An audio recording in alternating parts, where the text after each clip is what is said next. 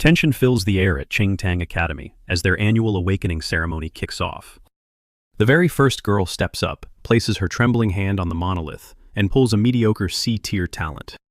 Her face instantly drops in total disappointment, while the rest of the crowd— Meanwhile, our main guy John Han stands deep in the crowd, sweating over his upcoming turn. Suddenly, the proctor calls up Han's girlfriend, Zhao Mei, to test her luck on the stage. The second her fingers brush the ancient rock, an explosive beam of light erupts, completely stealing the spotlight from her crazy curves. Once the blinding glare fades, the results drop. She just locked in an S-tier spirit, the blood-stained silver spear. It is a legendary, immortal fairy class. Why? Because an S-class bonded spirit has not spawned at Qingtang Academy in ages. And the crazy part? This weapon comes packed with 2 broken passive traits. And since some other elite student already unlocked an S-rank spiritual bond earlier today, the guys are already drooling, realizing that teaming up with Mei would instantly make them a powerhouse duo. But one dude quickly shuts down his buddy's fantasy, pointing out that Mei is already taken by Han. Before the gossip can even spread, Mei marches straight up to Han and pulls the ultimate villain move. Without a second thought, she ruthlessly dumps him right there, claiming they simply are not in the same league anymore. She aggressively shoves him back, commanding him to lose her number forever, leaving Han as a total laughingstock. Han stands there in stunned silence, but deep down, he is not sweating it one bit. He is totally done being the tragic simp who constantly worships the ground she walks on just to keep her around. Honestly, Mei treated him like absolute garbage during their entire toxic situationship. Plot twist: Han actually isekai'd into this universe, and ever since he crossed dimensions, he is a completely different beast. The campus bullies instantly swarm in, trash-talking Han, and threatening to wreck him if he ever breathes in Mei's direction again. Firing back, Han demands to know why they are acting so tough when he could literally pull an S-tier spirit himself in a few minutes. The haters burst into cruel laughter, swearing he is guaranteed to flop, while Mei savagely chimes in to roast him too. Right in the middle of their relentless bullying, the proctor calls Han's name. Fueled by pure rage, he strides up to the grand stage and slams his palm against the crystal. Dead silence, zero glow. The crowd instantly erupts into vicious jeers. Mei smirks, calling him a pathetic nobody who could not even trigger a spark, let alone an S-rank miracle. The fanboys relentlessly hype Mei up, praising her genius move for ditching a total deadbeat like Han. But then, boom! A catastrophic shockwave shatters the silence, followed by an agonizingly bright flash.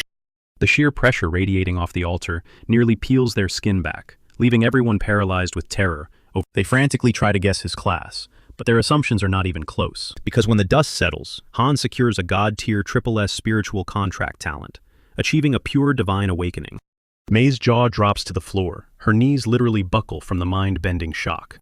Spawning a SSS rank spirit contract master is a myth that triggers exactly once in 100 years. And she never in a million years imagined her punching bag of an ex. The onlookers freeze like statues, completely shattered that the school joke just hit the biggest jackpot in existence. Overnight, Han becomes an untouchable god, because SSS tiers are literally destined to reshape history itself. For context, the last double S-rank spirit contract master single-handedly flipped the script during the brutal war between humans and the apocalyptic insect horde, helping humanity secure a desperate foothold for survival. Honestly, the human race would have achieved total victory if that legend had not died so young. Before Han even steps off the podium, a massive stampede of girls shamelessly rushes over, desperately begging to be his spirit contract. One chick even aggressively shoots her shot, flexing that her massive cosplay wardrobe means she can serve him a different aesthetic every single day. But Han completely shuts that down. He shoots the girls an icy glare, telling them to back off because he is definitely not locking in his choice right now. He straight up leaves them in the dust, knowing they will only drag down his grind. Pulling up his holographic system interface, he scopes out his current stats and skills to see where he stands. His newly unlocked kit is absolutely busted. We are talking divine insight, flawless observation, and the ultimate cheat code. That divine insight, it basically grants him X-ray vision to scan every single hidden detail of a spirit contract. Plus, he can completely restore shattered divine spirits. Right back, add observation into the mix, and boom. His contract stats are instantly multiplied by 2. But the real kicker is that great harmony buff. It shatters the system limits, meaning this guy can stack as many spirit contracts as he wants. Cue the shameless X. Mei instantly slithers her way back into Han's orbit, practically begging for a second chance. She totally fumbled the bag and never saw this god-tier awakening coming. With a quick glance, Han fires up his skill to scan her real stats.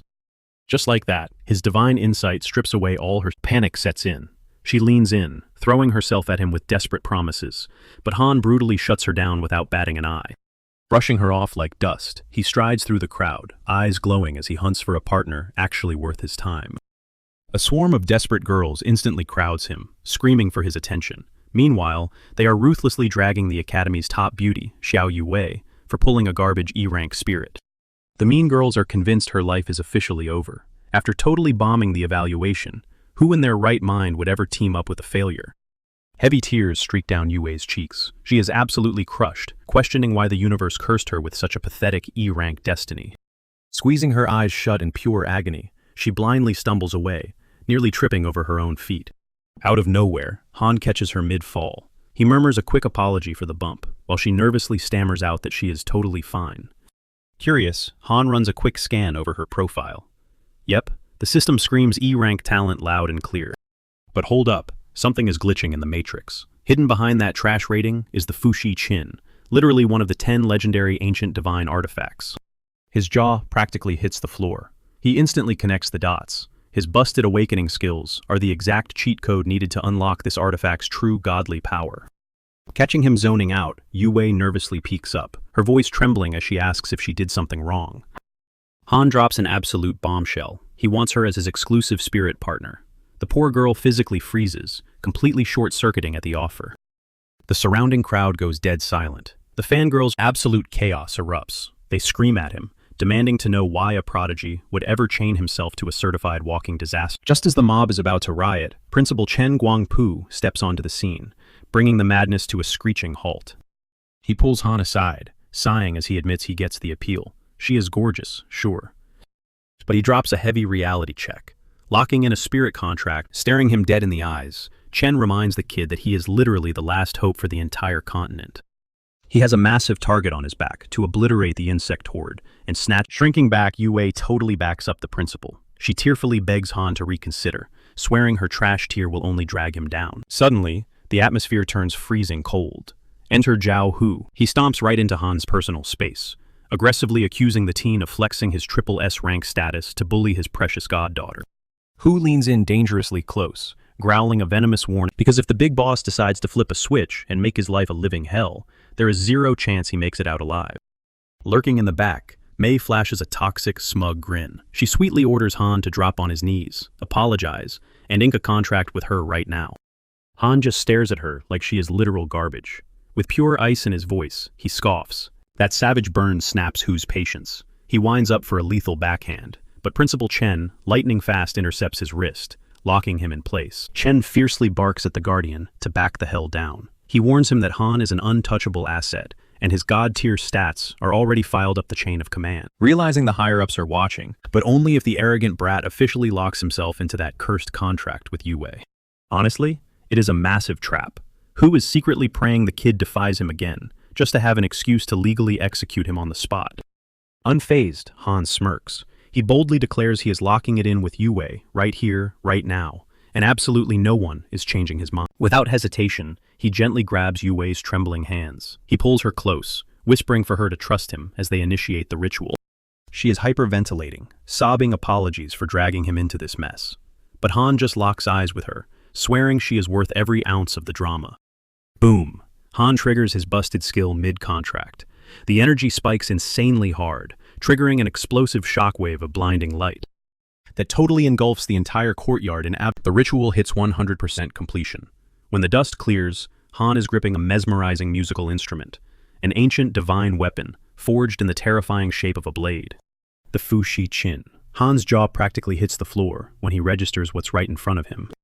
Because this soul pact is a crazy blend of heavy offense and clutch support. We're talking a totally broken skill set with zero blind spots. Once the awakening wraps up, Yuei is absolutely shook. She just skyrocketed from a trash E tier straight up to a legendary triple S rank. She throws herself into Han's arms, tearing up as she thanks him for totally flipping her destiny. Meanwhile, his toxic ex, Mei, is whining to Hu, demanding some serious payback because Han totally clowned her in public. Hu smirks, telling Mei to chill out. He's convinced that since our boy locked in, With a garbage E-rank spirit, his future as a contractor is already dead. He promises his girl that he'll make Han's life an absolute living nightmare in this city. He even drops the bombshell that the upcoming spirit assessment, yeah, he's already rigged the whole thing behind the scenes for tomorrow. The dude aggressively flexes his street cred, basically calling himself an untouchable god in their town. May eats it up, thanking him for the carry, but this creep leans in, hinting that she needs to repay his favors in a more physical way. Knowing exactly how to play the game, May purrs about hitting up their private spot, promising a very hands-on thank you, who is totally down, salivating over the exclusive VIP treatment he's about to get. Fast forward a few hours, and a massive smear campaign against Han blows up all over social media. The fake news claims he threw away his potential for a bottom-tier spirit just because he was down bad and thinking with his lower half. Obviously, this whole cancellation wave is being puppet-mastered by Who's deep pockets to ruin our guy's rep. Seeing Han get dragged online gets May so hyped that she kicks her private thank you session with Who into high gear. She's giving him the ultimate ego stroke, which completely hypes Who up.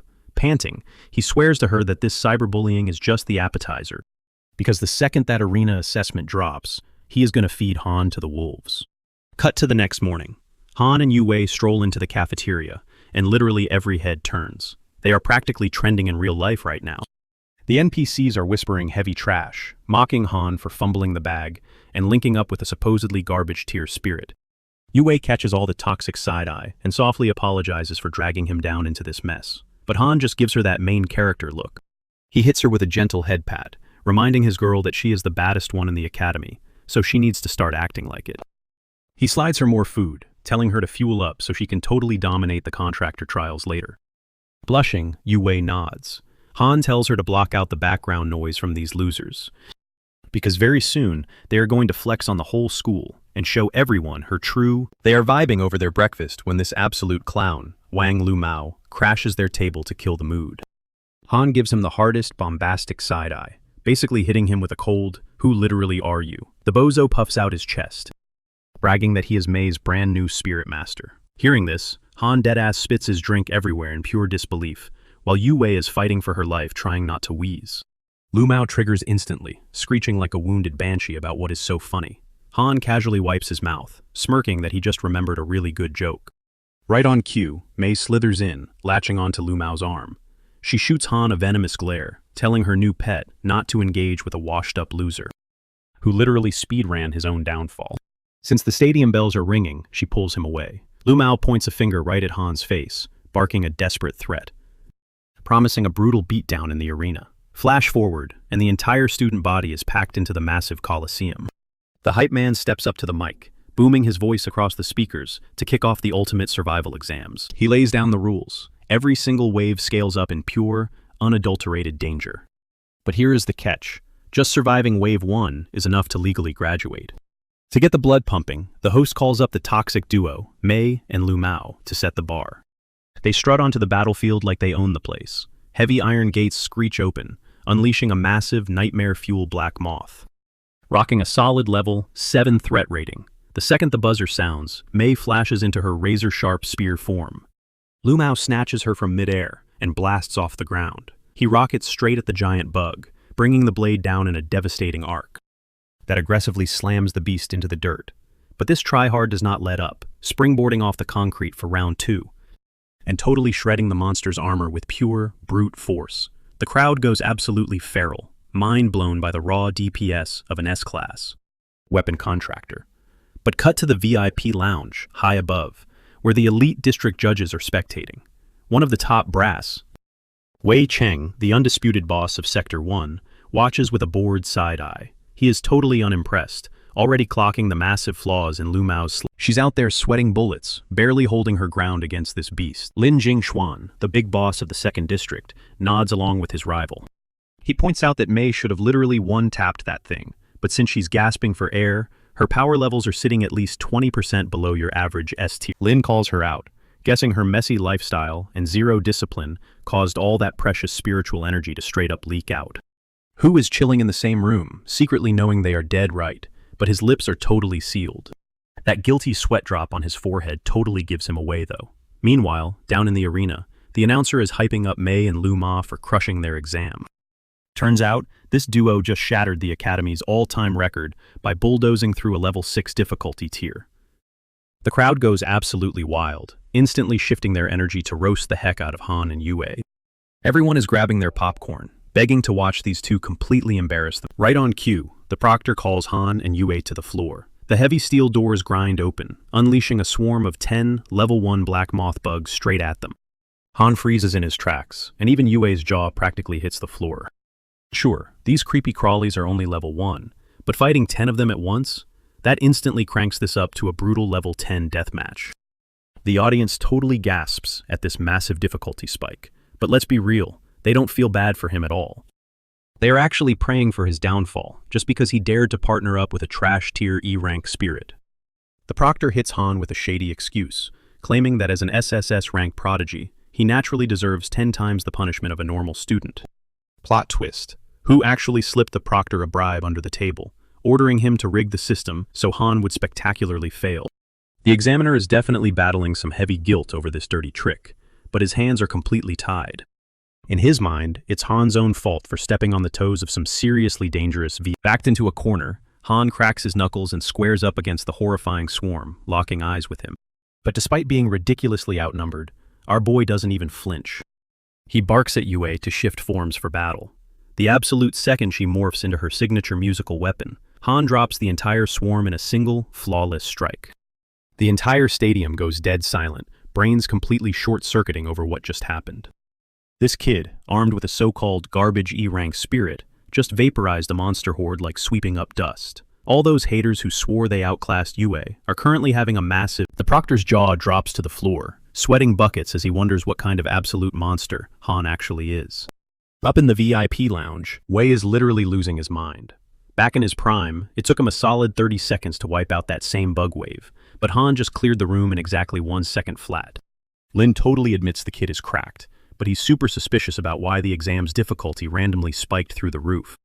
Hu instantly interrupts, spinning a lie that the Guardians of Deep Blue City temporarily bumped up the pressure themselves. He claims they just wanted to push Han's limits, but deep down, Hu is absolutely fuming. He is raging that Han breezed through round 1 without a single scratch, silently cursing the kid for being as hard to kill as a freaking cockroach. Wei, meanwhile, brushes off the whole difficulty drama, bragging that exams were exactly this brutal back in the good old days. The creepy old dude in the corner finally speaks up, ordering them to keep the cameras rolling because he is dying to see Han's breaking point. Boom! Phase 2 activates, and a nasty wave of 20 massive ants is dumped right into the death zone. Rinsing and repeating, Han channels Yue's acoustic energy and instantly deletes the entire horde like it's child's play. Smirking, Han loudly announces that these bugs are weak sauce, demanding a real challenge. The bleachers instantly erupt into furious booing. The students scream their lungs out, calling him a cocky show-off. But Wei, he is completely sold and instantly calls dibs on the kid. He proudly declares Han belongs in his territory, but Ye Shu from the 3rd District immediately claps back. Ye totally disagrees, arguing that Han needs to join his squad if he actually wants to unlock his true potential. He straight up roasts the 1st District, calling them nothing but... Wei fiercely snaps his neck toward Ye, glaring daggers and demanding to know if he's trying to poach his new favorite rookie. Ye just smirks, firing back that since Wei's scary sister-in-law isn't around to protect him, he isn't intimidated in the slightest. While these two grown men bicker like children, the boss of the 4th District, Shen Jiaqi, casually crashes the chat. He smoothly suggests that Han would be way better off under his wing, since his whole crew specializes in hardcore relic hunting. Wei and Ye instantly pivot, screaming at the new guy to back off and mind his own business. Finally having enough of this circus, the old man, who actually cutting through the bickering, the old man turns to Lin. Lin doesn't hesitate. He pitches a wild idea. Crank the difficulty all the way up. Why? Because Han is practically sleepwalking through the current stage. The old geezer nods in agreement. Hearing the green light, Lin flashes a wicked smirk, completely convinced our boy is about to get wrecked. Suddenly the proctor's voice booms across the arena, dropping a massive twist. Orders from the top. Push the danger zone to the absolute max. Han is now staring down a deadly gauntlet. 10 second-tier giant armored lizards, backed by 10 second-tier thunderbirds. The crowd goes dead silent. Pure panic grips the other students. Because there is just no way a newbie can survive that kind of slaughterhouse. But Han, he doesn't even flinch. He just yawns and calls the whole setup totally mid. Lu Mao and Mei immediately start flaming him, laughing at his massive ego and waiting for reality to smack him down. Ignoring the haters, Han readies his gear. With a flick of his wrist, he spawns heavy armored knights right onto the battlefield. These phantom warriors explode forward, slicing straight through the reptilian front line. But the Thunderbirds rain down heavy suppressing fire. Seeing his summons taking heavy heat, Han decides it's time to get his own hands dirty. He drops a massive breakthrough buff, launching himself directly at the avian snipers, and shattering their entire defense with a single, devastating blow. Jaws hit the floor. The entire stadium is absolutely shook. Because a rookie first-tier master casually speedrunning a horde of second-tier monsters, that is literally impossible. Before anyone can even process this glitch in reality, Han drops another apocalyptic strike, completely nuking the remaining beasts. The crowd is completely mesmerized. Nobody ever imagined a freshman who is legit more terrifying than the actual monsters. They start buzzing, desperate to know just how much raw power this dude is hiding in the tank. Because at this point, he just cleared level 3 without breaking a sweat. Up in the VIP box, the district bosses jump out of their chairs, completely spellbound by the sheer, unfiltered talent flexing right in front of them. Lin is hyperventilating. He stammers that Han's musical mastery is god tier, cranking out buffs at least 10 times faster than normal, which is a total game breaker. The old man refuses to accept that Yue is just some garbage E-rank spirit. He immediately signals his right-hand man, Afu. Afu possesses the ultimate appraisal eye, so the boss orders him to scan Yue's true potential. Afu drops a bombshell. He already ran the scan, and reveals that Yue's crazy anomaly perfectly mirrors another infamous prodigy, the legendary Ling Jun. The old master's eyes go wide. This basically proves the Awakening Stone severely lowballed her as an E-rank, while her hidden talent is completely off the charts. In short, bonding with Han basically triggered an insane evolution for her. Afu locks eyes with the old man, confirming this terrifying theory. Mind absolutely blown, the elder declares they need to set up a meeting between Ling Jun and Han immediately, if this is really true. He then quizzes Afu, asking if he remembers exactly what Ling Jun's so-called trash E-rank talent was. Afu nods. It was the legendary Shenlong Cauldron. Meanwhile, back in the bloodbath, Han calmly tells the proctor to keep the waves coming. The proctor stutters, asking if he actually has a death wish. Han assures him he is totally sane. The proctor reluctantly gives the thumbs up, assuming this kid is just high on adrenaline. Bumped straight to level 4 difficulty, Han goes full demon mode. Desperate to find his actual limits, he massacres the new wave in seconds. He steamrolls through level 5, absolutely tearing through the ranks until he hits round 9. Sweating bullets, the proctor begs Han to just take the massive W and walk away. But our guy flat out refuses. He wants the legendary level 10. The proctor completely loses his mind, screaming at Han to stop being suicidal, because since the dawn of this academy, literally nobody has ever conquered difficulty level 10. The students are also completely convinced that Han doesn't have the juice to survive a level 10 death trap, considering the dude just awakened his powers. Level 10 is the absolute endgame, and waiting for him is a legit rank 3 nightmare. Pushing forward means flirting with actual death. One wrong move here, and he gets completely wiped out. Back in their prime, even heavy hitters like Wei and his crew, and that insane run literally shattered a century-old record. Lin is already drooling over the thought of snatching Han for his own turf, but Wei looks ready to throw hands with anyone trying to steal his prodigy. Lin finally realizes Han is a generational talent, and he is fully ready to wage war against Wei just to secure that contract. Down in the pit, the proctor gives Han the green light, saying he will not stand in his way if he really wants to test fate at level 10.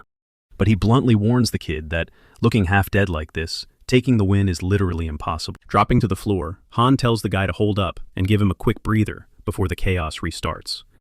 The proctor shuts him down fast, barking that the rulebook only allows a strict 5-minute timeout. But Han interrupts with a smirk, claiming he only needs the runtime of a single track. He immediately drops a killer melody. Boom!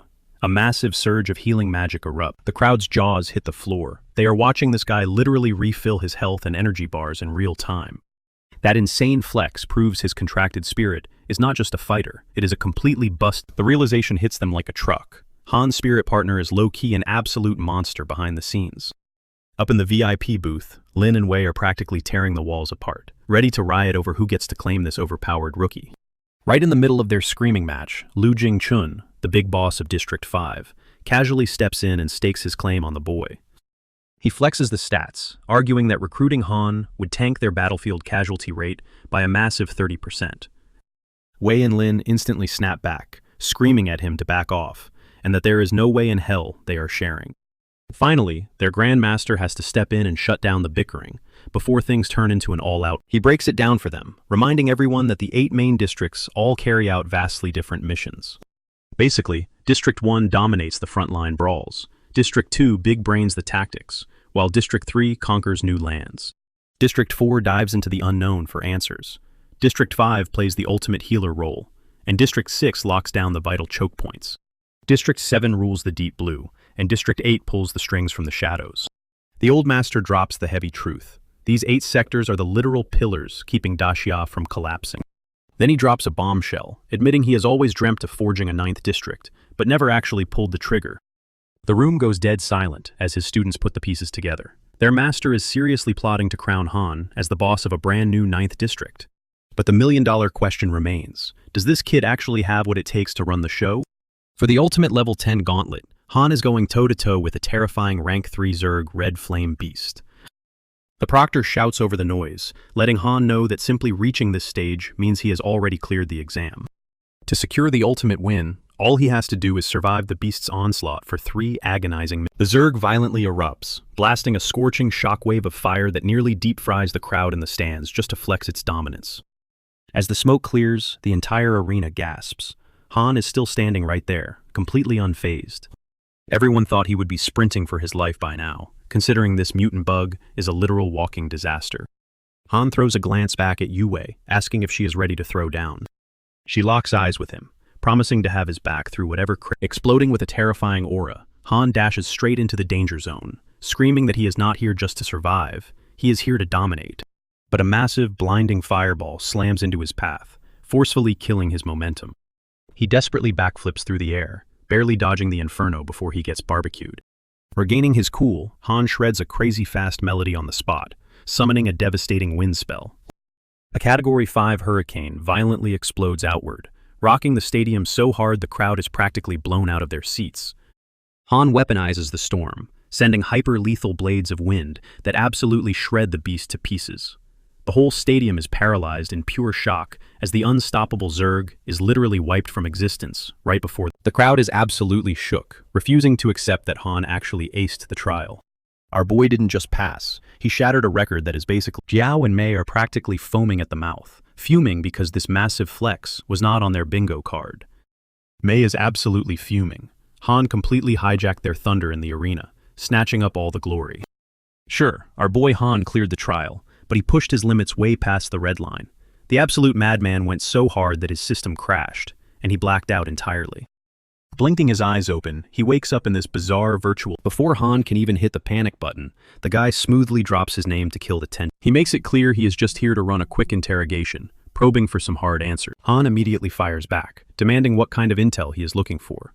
Lin hits him with the ultimate loaded question.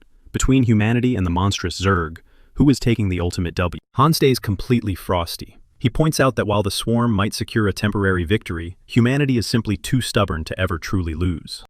Lin is genuinely blown away by that raw response. He presses deeper, asking the young contract master what actually fuels his drive to step onto the bloody battlefield. Han lays it all out. He is throwing hands to stop the bugs from turning their home into an absolute wasteland, desperate to lock down a peaceful, thriving future for his people. He doubles down, declaring his ultimate dream is to see the Daxia banner flying high across the entire continent, dragging their ancient glory back from the ashes. Right on cue, an elderly master steps out of the shadows, slow clapping like an absolute boss. Zero hesitation. He instantly offers to take Han under his wing as his personal student. Lin respectfully steps aside, officially dropping the legend's name. Master Li. Han's jaw practically hits the floor. He recognizes that legendary name instantly. The Li clan is basically the most overpowered, untouchable dynasty in all of Daxia. Legend has it that exactly 1 century ago, the top 3 Zerg overlords teamed up for a massive raid, hell-bent on wiping Daxia off the map. They came terrifyingly close to a complete wipe, but right at the brink of doom, Shutong stepped up and solo carried the defense against all 3 bug emperors. He ruthlessly executed the trio of monsters, single-handed. Flashing back to that insane lore, Han gets absolutely hyped. He eagerly asks the living legend if he is seriously extending an invite to train him. Shutong gives him a warm, knowing nod, promising that the spot is his if he has the guts to accept the burden. Han immediately drops into a deep, respectful bow. The old master beams with pride, completely valid. He loudly claims that Han's fierce vibe matches his own energy way better than the rest. Giving the boy a heavy pat on the shoulder, he admits his pockets are a bit light today, since he did not prep a welcome gift for their first meetup, but instead, he pulls out an insane artifact, a ring carved straight out of the skeleton of a level 9 Zerg Emperor, a monstrous elite beast he personally slaughtered back in his prime. The master casually drops that the ring is packed with a massive spatial inventory, leaving Han utterly mind-blown by the sheer flex. Just locking eyes with the band, the kid can physically feel an insanely heavy, suffocating aura radiating off the bone. It seriously leaves him tripping over the power scaling. If just a tiny piece of dead bone hits this hard, how god-tier was that stage 9 beast when it was actually breathing? Shu Tong gives him the pro tips. Rocking this bling will easily terrorize low-tier bugs into backing off. But there is a deadly catch. High-level elites will... The master chuckles, offering him a pass to keep it safely stashed away in his pocket if he wants to dodge the heat. But Han is absolutely fearless. He vows to keep it strapped on his finger 24/7, proudly claiming it as a badge of honor from his master. Hearing that raw confidence, Shu Tong bursts into booming laughter, loudly declaring to the room that this kid's reckless energy is pure gold. He ruthlessly uses the moment to roast his older students right on the spot, straight up calling them a bunch of total cowards, exposing how every single one of them chickened out and rejected the cursed ring when he tried passing it down. Deciding enough time has been wasted on chatting, the old master waves off the heavy conversation. He clocks that Han and his buddy Yue have completely depleted their mana bars. So feeling incredibly hyped up today, the legend decides to treat the rookies, promising to buy them an absolute feast. Fast forward a bit, and the crew rolls up to a bustling joint named Deep Blue Hot Pot. Sliding into their booth, the master drops a heads up. He pinged the rest of the squad, so Han's new upperclassmen are about to crash the dinner party. Literally minutes later, the elite squad starts pouring in, taking turns dropping their names and flexing their presence, starting from Lin all the way down to Lu. Respecting the hierarchy, Han immediately jumps to his feet, throwing a polite bow to properly greet the veterans. But they instantly wave him off, telling him to chill out. They are family now, so there is no need for the stiff manners. Ye chimes in, dropping the unfortunate news that the roster is not complete tonight.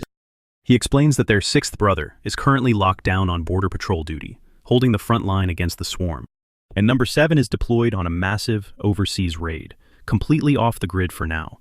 They are literally seconds away from mentioning the mysterious 8th brother, when the absolute menace kicks the door open and spawns. The guy pulls a total wildcard move. He simply flicks his slick business card onto the table for the rookie, telling him to hit his line if things ever go south.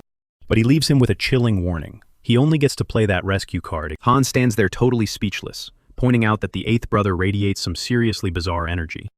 Lin unloads a massive pile of gifts from the crew, revealing a sick stash of combat manuals, battle armor, and top-tier survival gear.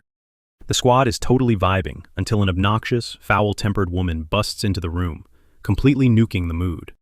Turns out, this absolute Karen is the aunt of Yue. She instantly screeches at the poor girl, blasting her for sneaking off to live it up, whining about how Yue freeloaded off her before awakening her powers. Yue waves her hands, frantically, but the wicked aunt lunges forward, winding up for a vicious slap, just because Yue dared to speak up. Bam! Han intercepts her wrist, mid-swing. The hag squints, instantly recognizing him as the guy who locked in a spirit contract with her niece. She instantly starts trash-talking Han, aggressively accusing him of scamming the ice running through his veins. Han flatly demands to know what her actual deal is, unleashing a massive torrent of yapping. She rants about carrying the heavy burden of raising Yue for years, demanding a massive cash payout for her so-called hard work. Reaching her absolute limit, Yue snaps back, screaming at her aunt to drop. The bitter aunt sneers, warning Yue to drop the massive ego just because she cleared some basic assessment exam. Flexing hard, the woman brags about having an uncle pulling major strings in the 4th district. She threatens that one more ounce of disrespect, and she will make a single call to completely blackball Yue from the entire Spirit Master Society. Shen steps up to defuse the ticking time bomb, but the arrogant lady straight up shushes him to his face. Pivoting to Shu Tong, she disrespectfully asks if he is the grandpa of Han, aggressively calling the living legend an old geezer. She boldly lists her insane ransom. If they want to keep Yue, they better cough up solid gold, a massive dowry, a luxury mansion, and a high-end ride, with absolutely every single asset legally transferred. Dropping more empty threats, she claims her family runs deep in the 3rd, 4th, and 5th battle zones. If they refuse to pay up, She promises they will deeply regret the day they crossed her. Boom! Shu Tong slams his heavy fist against the table, roasting his disciples for just standing around letting this loudmouth disrespect him. He barks a strict command for them to dial up their home districts, and the squad instantly whips out their phones to make some lethal moves. The totally clueless aunt smirks, assuming they are just dialing up security. She loudly gloats again about her supposed elite network. Suddenly, her own device buzzes. She answers it, only to realize it is her big shot uncle blowing up her line. Before she can even utter a single syllable, the guy absolutely loses it, screaming through the speaker and asking if she has a literal death wish for their entire bloodline. He ruthlessly severs ties right then and there, ordering her to lose his number forever. While the terrified guy is melting down over the receiver, Shu Tong brutally mocks her pathetic delusion of actually having any real power in this world. Right before slamming the phone down, the uncle drops one final, terrified warning. Stay insanely far away from Han and Yue if she values her pathetic life. Trembling in pure shock, the woman fumbles and shatters her phone against the floor, her brain completely short-circuiting.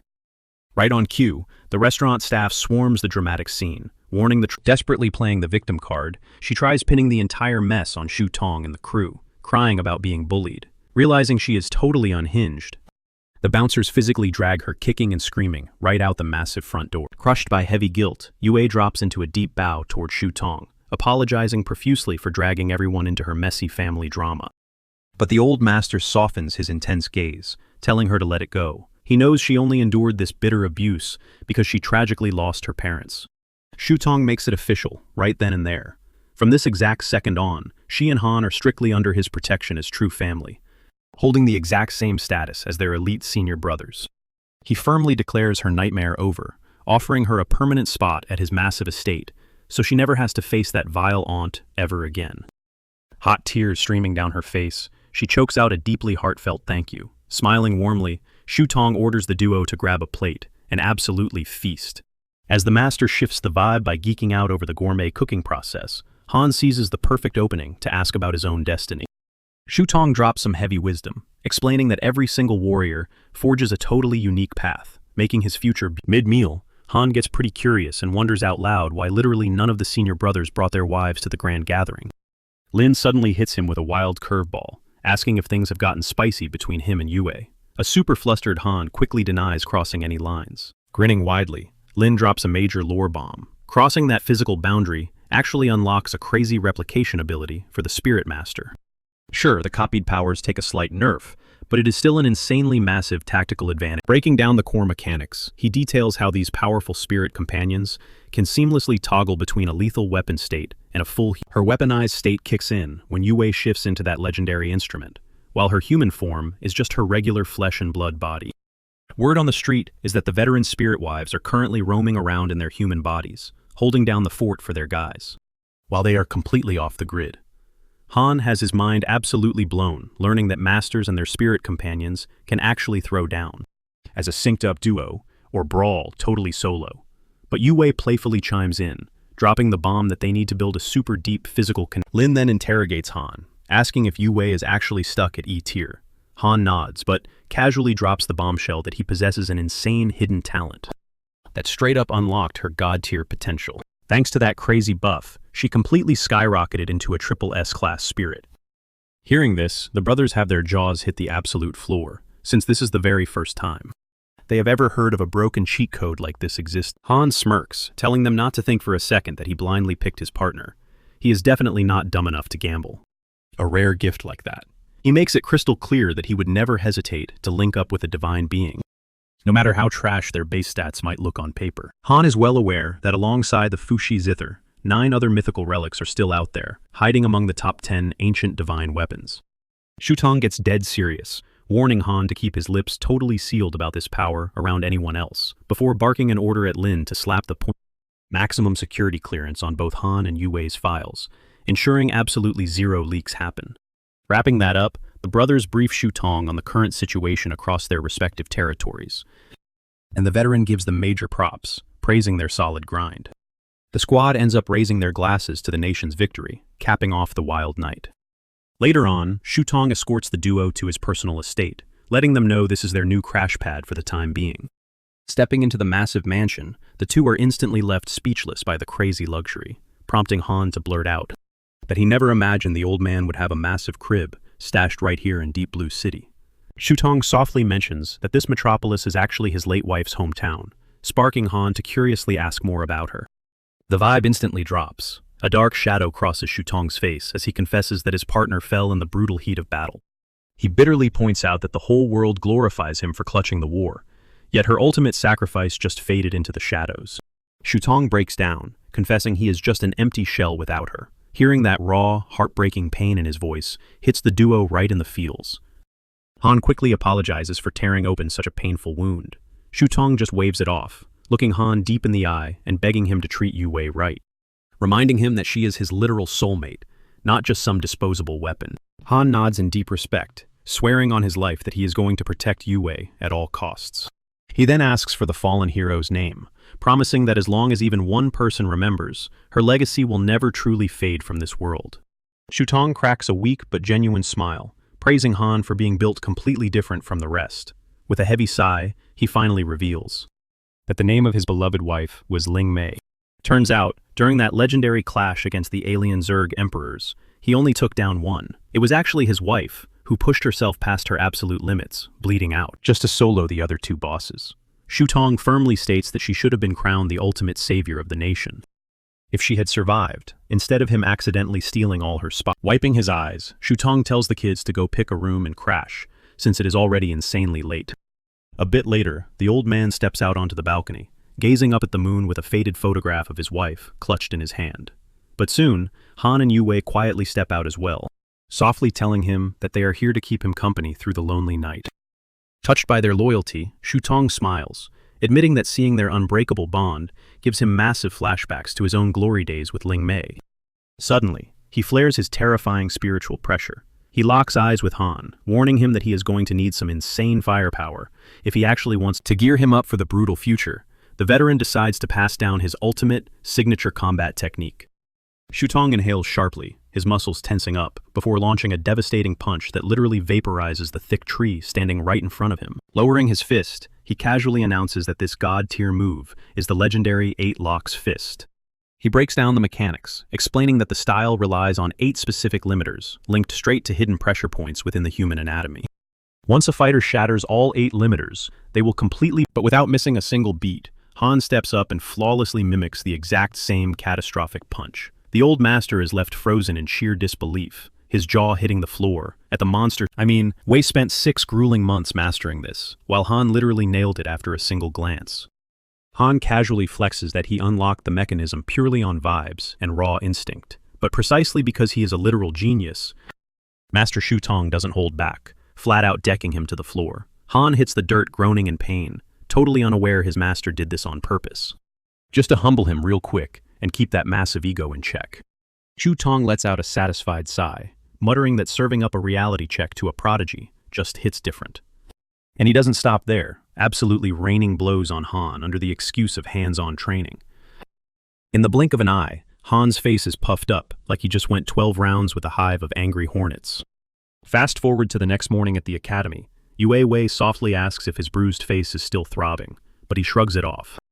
He honestly couldn't care less, knowing his master was just giving him some tough love. The duo is just chilling, minding their own business, until Luma steps up, itching to start some totally unnecessary. This clown and his sidekick start spewing garbage, leaving Yue Wei totally lost. But Han just waves it off, telling her to ignore the noise, since Luma and his squad are nothing but a bunch of annoying, buzzing pests.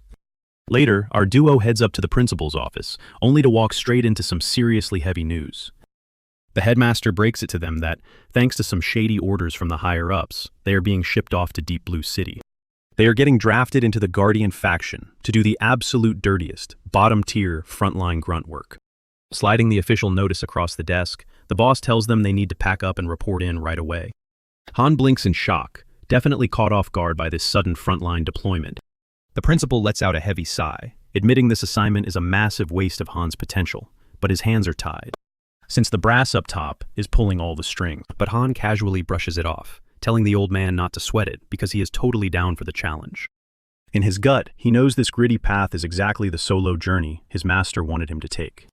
The second they step out of the office, Luma is right back in their faces, barking more pathetic insults. Han looks at him dead in the eye, utterly unbothered by the trash talk, and Luma instantly catches that disrespect.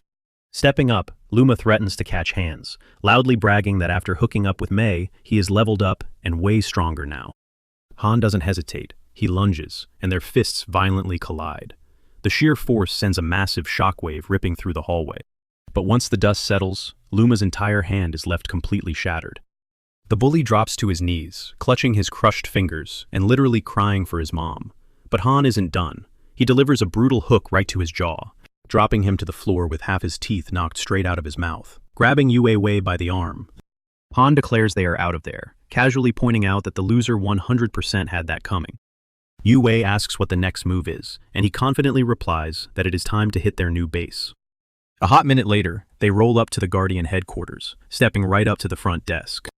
The lazy clerk barely glances up, assuming they are just regular civilians, and snaps at them to wait in line. But Han shuts that down real quick, stating they are actually new recruits reporting for duty. The guy instantly pauses his video game. He squints, taking a closer look, and his eyes widen as he recognizes the viral duo. A nasty smirk creeps onto his face as he laughs, blatantly admitting that the higher-ups gave strict orders to make their lives a living hell. Typing away on his keyboard, the clerk snickers and tells them they are officially dumped into Squad 0527, with Han somehow acting as the captain. Here is the deal with the Guardians. Every city has an elite first team that basically babysits the rest of the squads. Everyone else gets slapped with a random number based on their turf, scattered across bottom-tier divisions. The clerk points them to their new office. But the second Han and Yue Wei crack the door to Squad 0527, they realize the room is an absolute disaster zone. Inside, a random guy and a seriously cranky woman are chilling, and she instantly barks at Han, demanding to know what he... Without missing a beat, Han steps up and dropping the massive bombshell that he is officially stepping up as the squad's brand new captain. The slacker sprawled out on the couch absolutely loses it, bursting into a straight-up roasting Han as nothing but a clueless kid who has absolutely zero right to call the shots. The guy relentlessly bullies the teen, telling him to go scurry home and play with his little action figures. But Yue Wei instantly steps up and fires back, fiercely snapping at the guy for acting. Han is absolutely disgusted. He cannot believe this absolute train wreck of a guy is actually on the organization's roster. It paints a totally grim picture of the rock bottom Team 0527 has hit. The creep stumbles to his feet and edges right up to Yue. He starts dropping these unbelievably cringy pickup lines that instantly crosses the line. Han unleashes a brutal right hook, launching the guy across the room with blood spewing from his nasty mouth. But get this, even after eating dirt, this total mess named Ifan just casually reaches out and grabs his liquor bottle. He acts like getting decked is a totally normal Tuesday. Meanwhile, the only other member, Hong Ying Wei, coldly tells Ifan to babysit their shiny new leader because she is entirely over this and heading inside to nap. Ifan immediately begs her to spot him some cash for a refill, but she aggressively slams the bedroom door right in his face, screaming that she is dead broke. Without missing a beat, Ifan smirks at Han, bragging about how their squad is so insanely poor they cannot even afford bottom-shelf booze. He drops a heavy warning, telling the rookie that sticking around this dumpster, but Han does not flinch. He locks eyes with Ifan and boldly declares that with him taking the wheel, this pathetic slump, Ifan just bursts out laughing. He drags himself over to his messy computer desk, completely mocking Han for being painfully delusional. He aggressively points at the city's Guardian leaderboard, forcing Han to face reality. They are sitting dead last in the entire ranking. Pointing at their miserable score, Ifan drops the ultimate reality check. They literally only have 2 months left on the clock before the year ends. And when that deadline hits, the higher-ups are launching a massive, ruthless wave of layoffs to purge the anyone who fails to make the cut gets instantly banished to the brutal wastelands of the lower district. With their absolute trash tier score, Ifan bluntly states that their relegation is basically a guaranteed wrap at this point.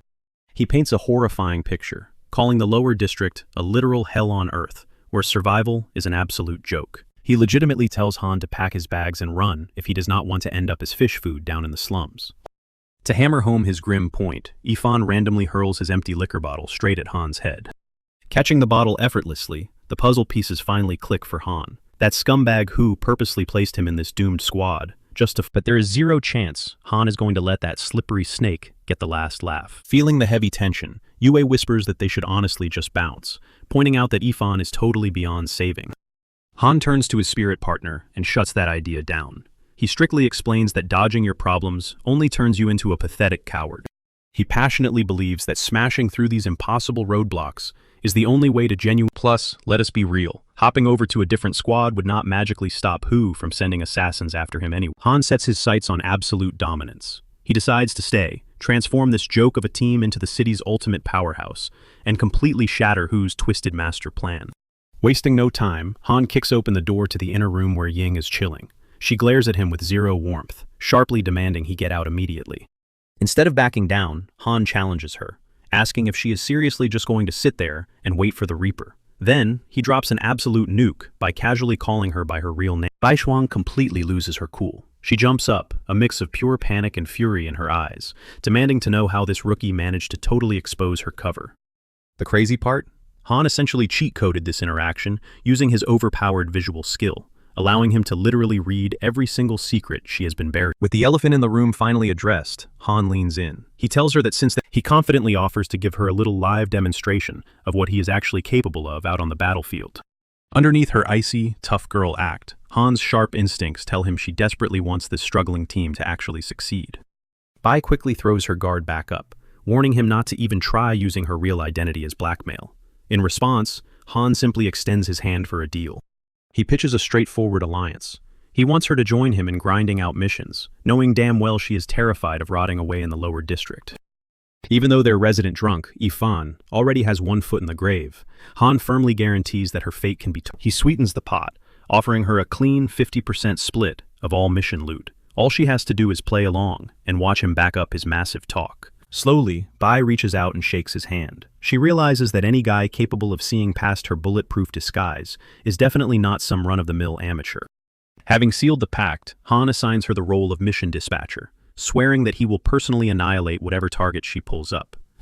Switching into professional mode, Bai pulls up their database and reveals 3 active bounties that perfectly match. She slides the glowing screen over to him, inviting the confident rookie to analyze their options. Scanning the digital tablet, Han's excitement instantly tanks. He quickly realizes these are absolutely garbage-tier quests, offering painfully low points.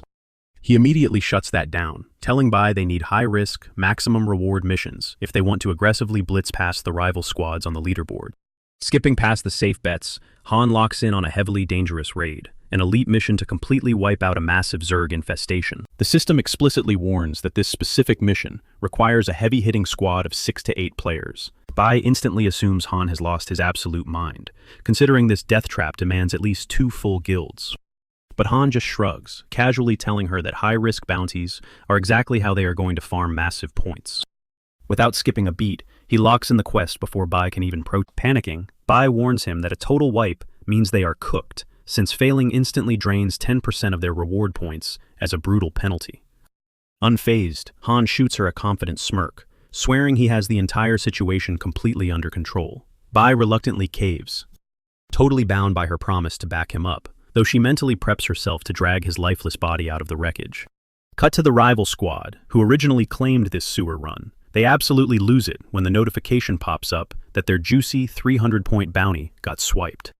Furious, the crew camps out right near the sewer entrance, desperate to catch whatever lunatic had the guts to hijack their loot. A few beats later, Han and his crew descend into the grimy underground, while Bai frantically begs them to stay on high alert, terrified they might actually trigger aggro from a lethal Tier 2 Zerg.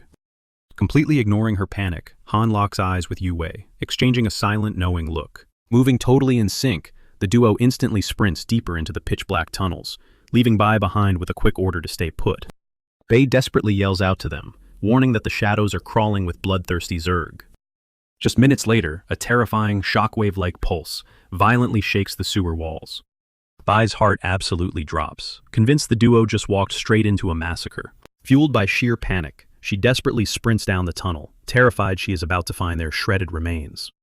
But as she bursts into the cavern, her jaw hits the floor.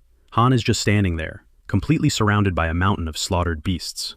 Dusting his hands off, Han casually hits her with an "I told you so," flexing that the entire horde is already wiped out.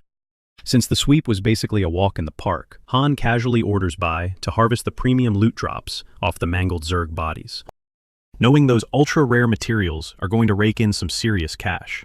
He then nods toward a brutalized corpse on the floor, guessing it is the missing city guardian.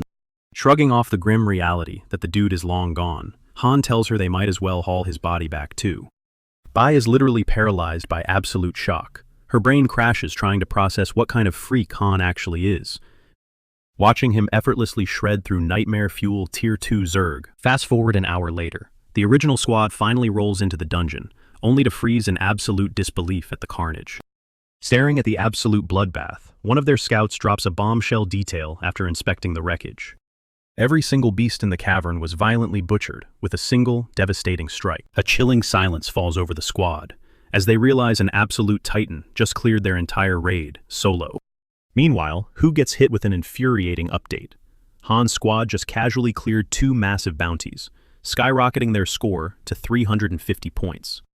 Absolutely seething, Hu barks at his lackey, violently reminding him that his one job was to completely set. The terrified grunt stammers out a pathetic apology, while Hu, practically vibrating with rage, vows to completely crush Han himself.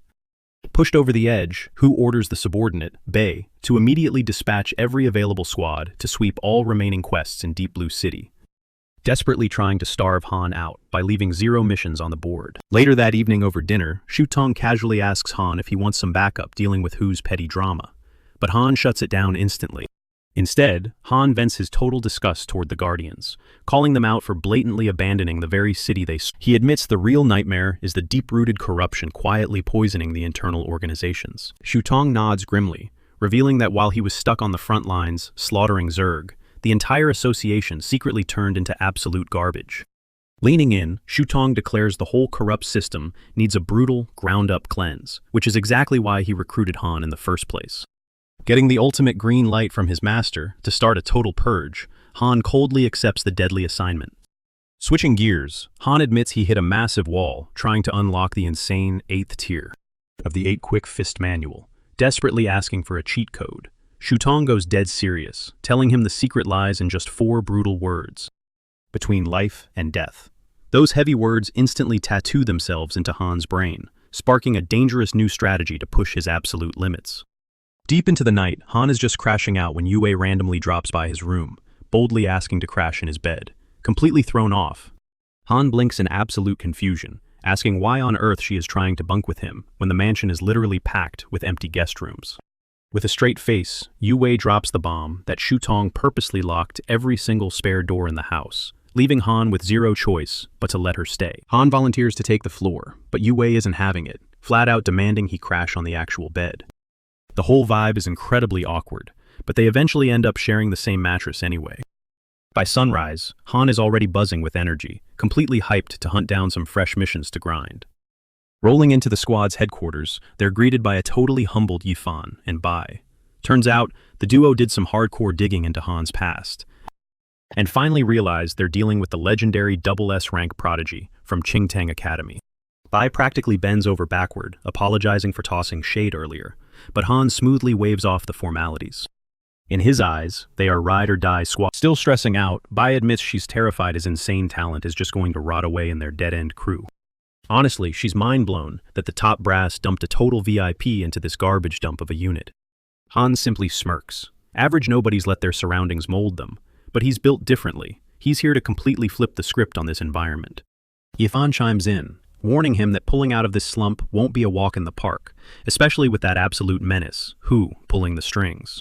That snake will pull every dirty trick in the book to guarantee Han rots in the slums of the lower city forever. Backing him up, Bai reveals a massive red flag. Every single local quest has been mysteriously wiped clean from the board. There's literally nothing left to hunt. Panicking slightly, she looks to Han for their next move, especially since the team was finally catching some serious momentum. Unfazed, Han points out a massive loophole. If Deep Blue City is completely locked down, they'll just pack up and move their entire operation over to Kanghai City. Swapping their server location with a quick refresh, the terminal instantly lights up with a fresh bounty of high-tier bounties. Bai hesitates, reminding the crew that stepping past the city walls means surviving endless highways swarming with bloodthirsty Zergs. Wasting 0 time, the squad gears up and piles into a massive armored rig. Gunning the engines, cruising down the wasteland, Yue spots a bizarre shadow looming on the horizon. Narrowing his eyes, Han identifies the threat, a Tier 1 Zerg known as the Dead Ash Fly. These disgusting bugs strictly hunt in massive hives, and the bigger the cloud, the more ridiculously lethal their rampage becomes. Yifan, who was lazily chilling in the truck bed, peeks over the edge and completely loses his mind at the sight of the approaching insect apocalypse. The monstrous swarm is twisting into a literal dark tornado. Han grimly notes that if that thing touches down, it's going to wipe everything off the map. Suddenly hyped for chaos, Yifan screams that they should dive straight into the insect cloud, but Bai keeps her cool, turning to Han for the ultimate call. Zooming in on the carnage, Han realizes the swirling nightmare is actively hunting down an armored transport fleet. Bai asks if they are really about to play hero and intercept the attack. Han doesn't even hesitate. It's go time. He orders Bai to slam the gas pedal to the floor. She aggressively drifts the rig right into the danger zone, while Yifan is absolutely screaming in the back like he just hit the jackpot. The dude literally smashes his skull against the metal frame from the insane speed, but he's too pumped to even feel the... Meanwhile, trapped inside the fleeing convoy is a total high society VIP Zhang Siteng. Staring death in the face, her elite bodyguards are already preparing to lay down their lives to shield their boss from the ravenous insect wave. Knowing damn well backup is never arriving in time, the head security chief grabs his comms, barking orders over the radio. He commands his remaining men to brace for the ultimate sacrifice. But Saiteng fiercely snatches the radio right out of his grip, ordering her crew to keep fighting, tooth and nail, until their dying breath. Heartbreakingly, the soldiers just smile back, insisting that dying for her safety is their greatest. Locking and loading, the guards stick their heavy artillery out the windows, unleashing a massive storm of lead into the screeching mutant bugs. But the swarm is just too thick. The tailing jeep gets instantly swallowed by the black cloud and violently launched into the sky. Watching her men fall absolutely shatters Sitting, but her loyal butler gently urges her to hold back her tears, reminding her that bleeding for the Shang family is the ultimate badge of glory. Just as all hope fades, a bizarre, electrifying melody pierces through the roar of the monsters. Staring out the shattered glass, their jaws drop. It's Han, literally slicing the devastating insect tornado to shreds. Siteng is left absolutely paralyzed by the sheer flex of his unbelievable... In mere seconds, the apocalyptic Zerg threat is completely vaporized into... The old butler stands frozen in absolute shock, because nobody had a clue that a god-tier monster like Han even existed out here in the... The final survivor of the monster swarm snaps, launching a lethal barrage of glowing stingers straight at Han's heavily armored rig. Out of nowhere, Yifan actually throws himself directly into the line of fire. Dozens of spikes completely shred his body, slamming his limp frame violently against the truck bed. But instead of screaming in agony, the crazy dude bursts into absolute maniacal laughter, casually flexing about how incredible the pain feels. Han immediately rips the deadly projectiles out of his flesh, bluntly warning the guy that he'll bleed out in seconds. But right before his eyes, Yifan's muscles suddenly contract, forcefully ejecting the remaining spikes completely on their own. Han narrows his eyes at the freakish display, instantly activating his inspection skill to peek. His jaw practically hits the floor when the glowing text pops up. This lunatic literally possesses an immortality. The catch? The system details are totally blank, leaving Han entirely clueless about how... Catching Han staring, Yifan flashes a smug grin. He totally baits him, promising to spill the tea on his powers if Han gets down and begs for it. Yeah, absolutely no chance. Han's ego is way too massive for that. He just rolls his eyes and swerves away, coldly dropping a solid... After burning some rubber, the squad rolls up to their very first mission zone, only to be greeted by a massive, buzzing sky full of nasty flying insectoids. Yue instantly triggers her beast form, but Han completely steals the show. He unleashes absolute hell, casually wiping out an entire wave of airborne monsters. Yifan just stands there, totally shook. He cannot fathom how his captain just casually one-tapped a high-level swarm, like it was a minor inconvenience. Even the usually chill Bai is left utterly speechless. No matter how much she... From that moment, it's a total massacre. Han's crew starts speedrunning through elite bounties back to back. Meanwhile, when the rival guilds back at headquarters check the leaderboard, they collectively lose their minds. But the brutal reality eventually sets in. It's none other than Team 0527, rolling straight out of Deep Blue City. The local Shanghai elites absolutely rage. They take it completely personally, accusing Han's crew of crossing city lines just to blatantly flex on them. Total panic mode engages. Every single guild frantically scrambles. Blinded by massive egos, they speed off into the wasteland, hell-bent on clearing zones before Han's squad, who the locals have officially dubbed the ultimate quest hogs. Terrified of being completely looted, some desperate, but by the time their armored convoys arrive, the battleground is dead silent. Han has already vaporized every single monster in the sector. One furious guildmaster totally snaps, aggressively ordering. The dude is practically foaming at the mouth, ready to throw hands and teach these rookies a brutal lesson. But before things escalate, his scout grabs his shoulder. The scout nervously breaks the news. Han's crew already turned in their massive bounty and officially dipped from the city limits. A lookout confirms spotting their heavily modified truck blasting through the exit gates just minutes prior. And yeah, the intel is dead on. Han and his overpowered squad have literally ghosted them. Meanwhile, high up in the shiny towers of the Guardian Association, the third in command, Su Mingxuan, stares at his holographic monitors. The mission clear rates across the entire district and neighboring zones have violently skyrocketed. His secretary quickly briefs him, dropping the rumors about an absolutely cracked squad of rogue hunters invading their territory. These guys are literally speedrunning other cities' bounties, entirely disrupting the local economy and sparking massive guild turf wars.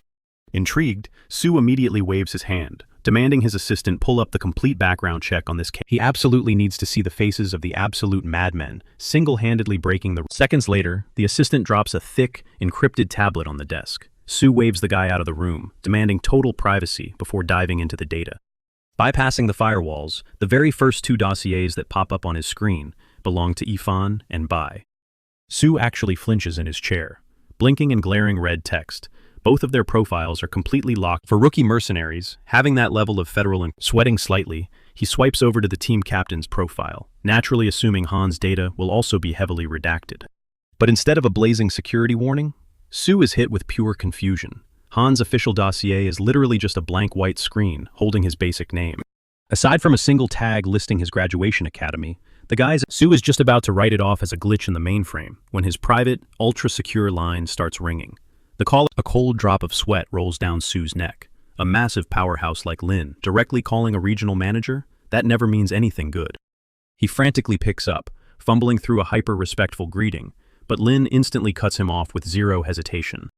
Her voice is ice cold, bluntly ordering him to drop the investigation immediately. Su vigorously nods, instantly backing off. But as the line goes dead, his mind races. Just who the hell is this Han kid, if a titan like Lin is personally guarding his identity? Unaware of the massive political storm brewing behind his back, Han is still out in the blood-soaked wastelands. Dusting off their hands after crushing their 18th mission, Han signals the squad to pull up their current score. With the sheer volume of bounties they just obliterated, claiming the #1 spot should be an absolute lock. Bai scans the leaderboard and drops the bomb. They are sitting at exactly 18 points. But the real kicker? They are still dead last. Jaws drop across the team, processing a glitch that literally makes zero sense. Yue questions if some rival squad is just speedrunning missions at an insane pace. Bai immediately points fingers at Wu, convinced that Snake is sabotaging them again, prompting Han to inspect the latter himself. His eyes narrow. The crew in second to last place is rocking exactly 2,300 points, a massive leap from their The math simply isn't mathing. There is absolutely no universe where a dozen random squads are packing double S-rank prodigies. Han breaks it down for the crew. They are staring at massive leaderboard rigging. It looks like the entire lobby colluded, artificially freezing their scores at a synchronized cap. They are essentially farming missions and funneling every single point into one designated carry. The wildest part? It is entirely within the rules, exploiting a massive loophole in the collective point system. Bai absolutely loses his mind, screaming that this entire tournament was rigged against them from day one. But Han keeps his cool. He reminds the squad to stay frosty since the point gap is still manageable. They still have a solid window to blitz past the competition and steal the crown. Calling a tactical retreat, he suggests falling back to Deep Blue City, and the crew instantly backs his play. Back at base camp, Shu Tong grills Han about the expedition. Han admits they survived without a scratch, but the overall payout was a total bust. Still, he takes a massive W in saving that ambushed merchant caravan. That clutch rescue alone made the whole trip worth it. A knowing smirk crosses Shu Tong's face. He casually mentions how Si Ting was just complaining about some tone-deaf guy who bailed her out. Connecting the dots, it is painfully obvious she was dragging Han. Ever since that encounter, she has been blowing up Shu Tong's phone, begging for the secret to awakening her powers and becoming an elite spirit master. Han's eyes go wide, stunned that the old man actually has ties to that random girl. Shu Tong drops the lore. Si Ting's grandfather is an ancient comrade of his.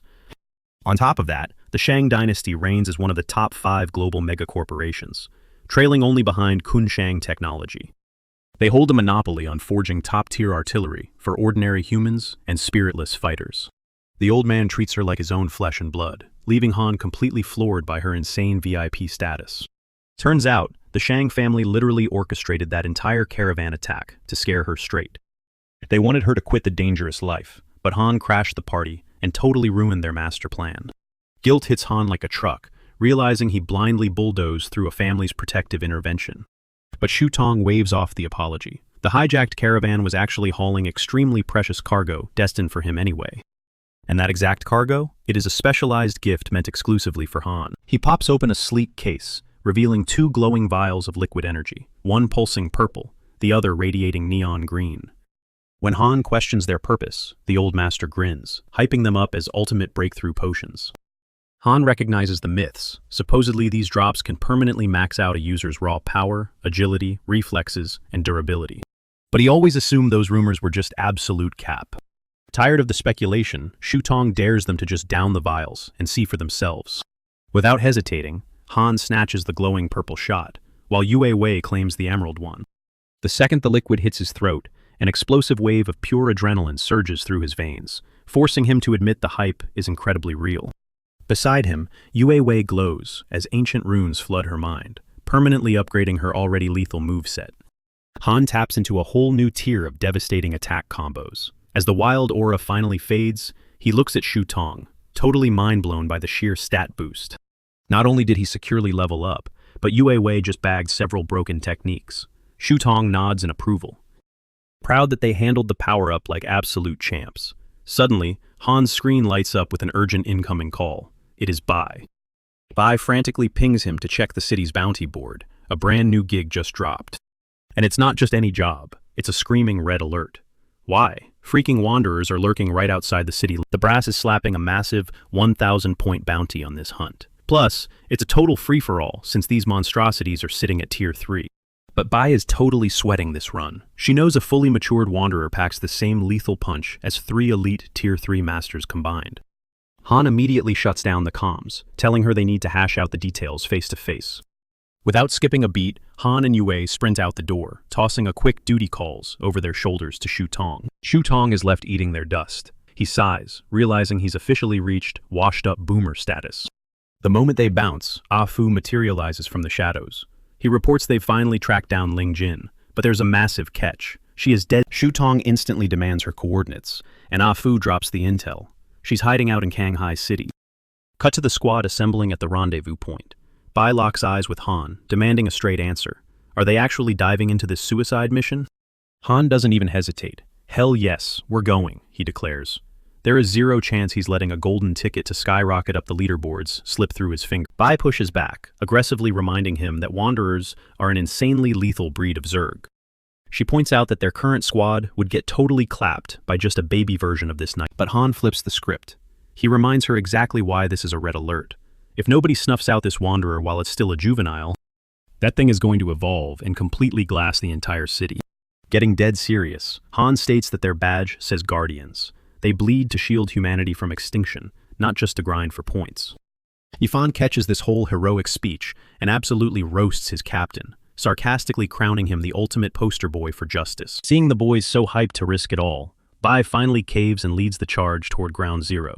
Meanwhile, at the drop zone, a rival squad is perched high on a rooftop, treating the disaster zone like a surveillance screen. The entire battleground is swallowed by a suffocating shroud. Their captain breaks it down for his rookies. That pitch-black mist completely blocks out all sensory radar. It literally chops reality in half, forging its own isolated pocket dimension. Anything trapped inside that dark fog gets hit with hyper-accelerated aging. Your cells rot, your gear rusts, and eventually, A confused rookie turns to his boss, wondering why Command is spamming the global bounty board when their elite unit is already holding down the fort. He asks if the top brass suddenly thinks they're too weak to handle business. The captain smirks, dropping a brutal truth bomb. This wanderer is an absolute raid boss. They desperately need fresh meat to act as bait and soak up the aggro. The reality instantly clicks for the squad.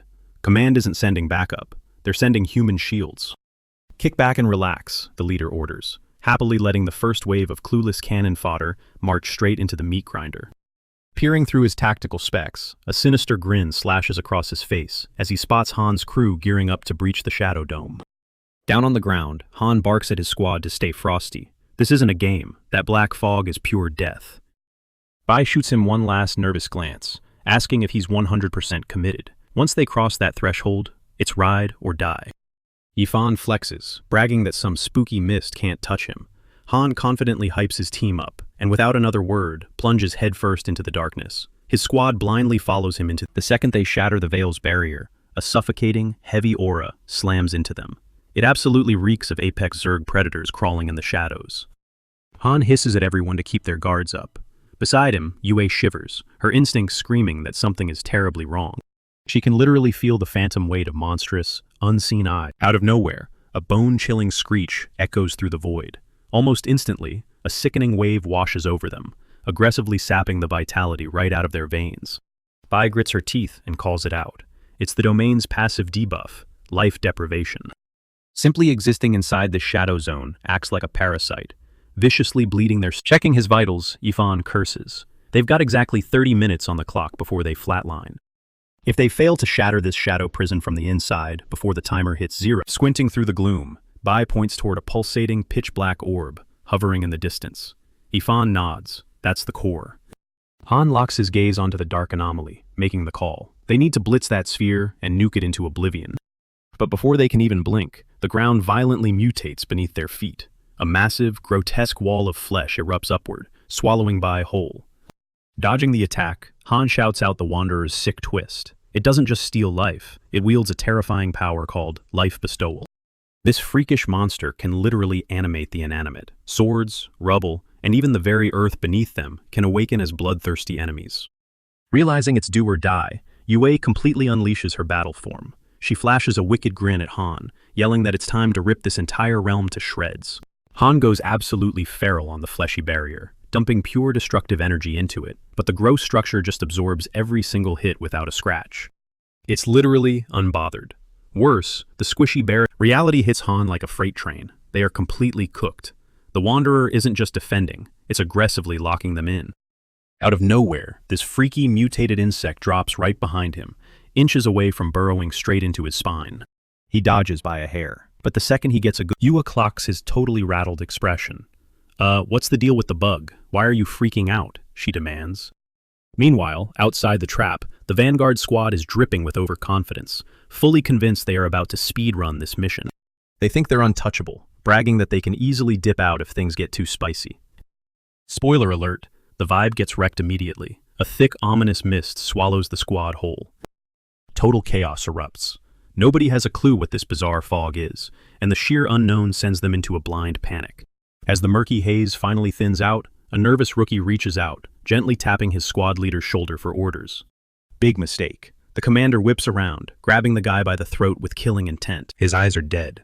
That same parasitic nightmare bug Han dodged earlier, it's completely hijacked the boss's brain. Before the rookie can even scream, a second parasite latches on, zombifying the poor dude instantly. Flashing back to the maze, Yifan pulls off an insane clutch move. Ripping by, catching her breath, she asks how he isn't totally terrified right now. Yifan just shrugs, unbothered.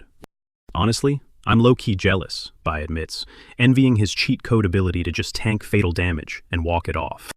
His smirk drops. He hits her with the harsh truth. Absolute immortality isn't a flex, it's straight-up torture, just a totally different flavor of hell. Kicking back like it's a regular Tuesday, Ifan casually suggests they should just accept their fate, since escaping is basically impossible. Her eyes go wide. Hold up, who actually said we're stuck here? Now it's Ifan's turn to look confused. He squints at her, demanding to know if she's hiding some secret escape route. Smirking, Bai casually taps the barricade. Boom. Her hidden ability triggers, melting the terrifying barrier until Yifan practically leaps into the air. The game is back on. They actually have a shot at surviving this nightmare. Through the melted wreckage, they catch sight of Han fighting on the other side. Bai screams his name through the chaos. Hearing her, Han obliterates the remaining blockade in front of him, finally grouping up with the squad. Flexing her powers, Bai hypes up how she literally just deleted the death trap with a single touch. She doesn't even get to finish her sentence. A colossal, rocky fist materializes from the shadows, hurtling straight toward her and Yifan. Han shrieks a desperate warning, but time slows down. The two, a split second before they are flattened into pancakes, Han triggers his ultimate ability, slicing the gigantic arm clean off in a massive explosion. Landing heavily, he slides to the front lines, throwing his arms out. "Stay behind me," he barks.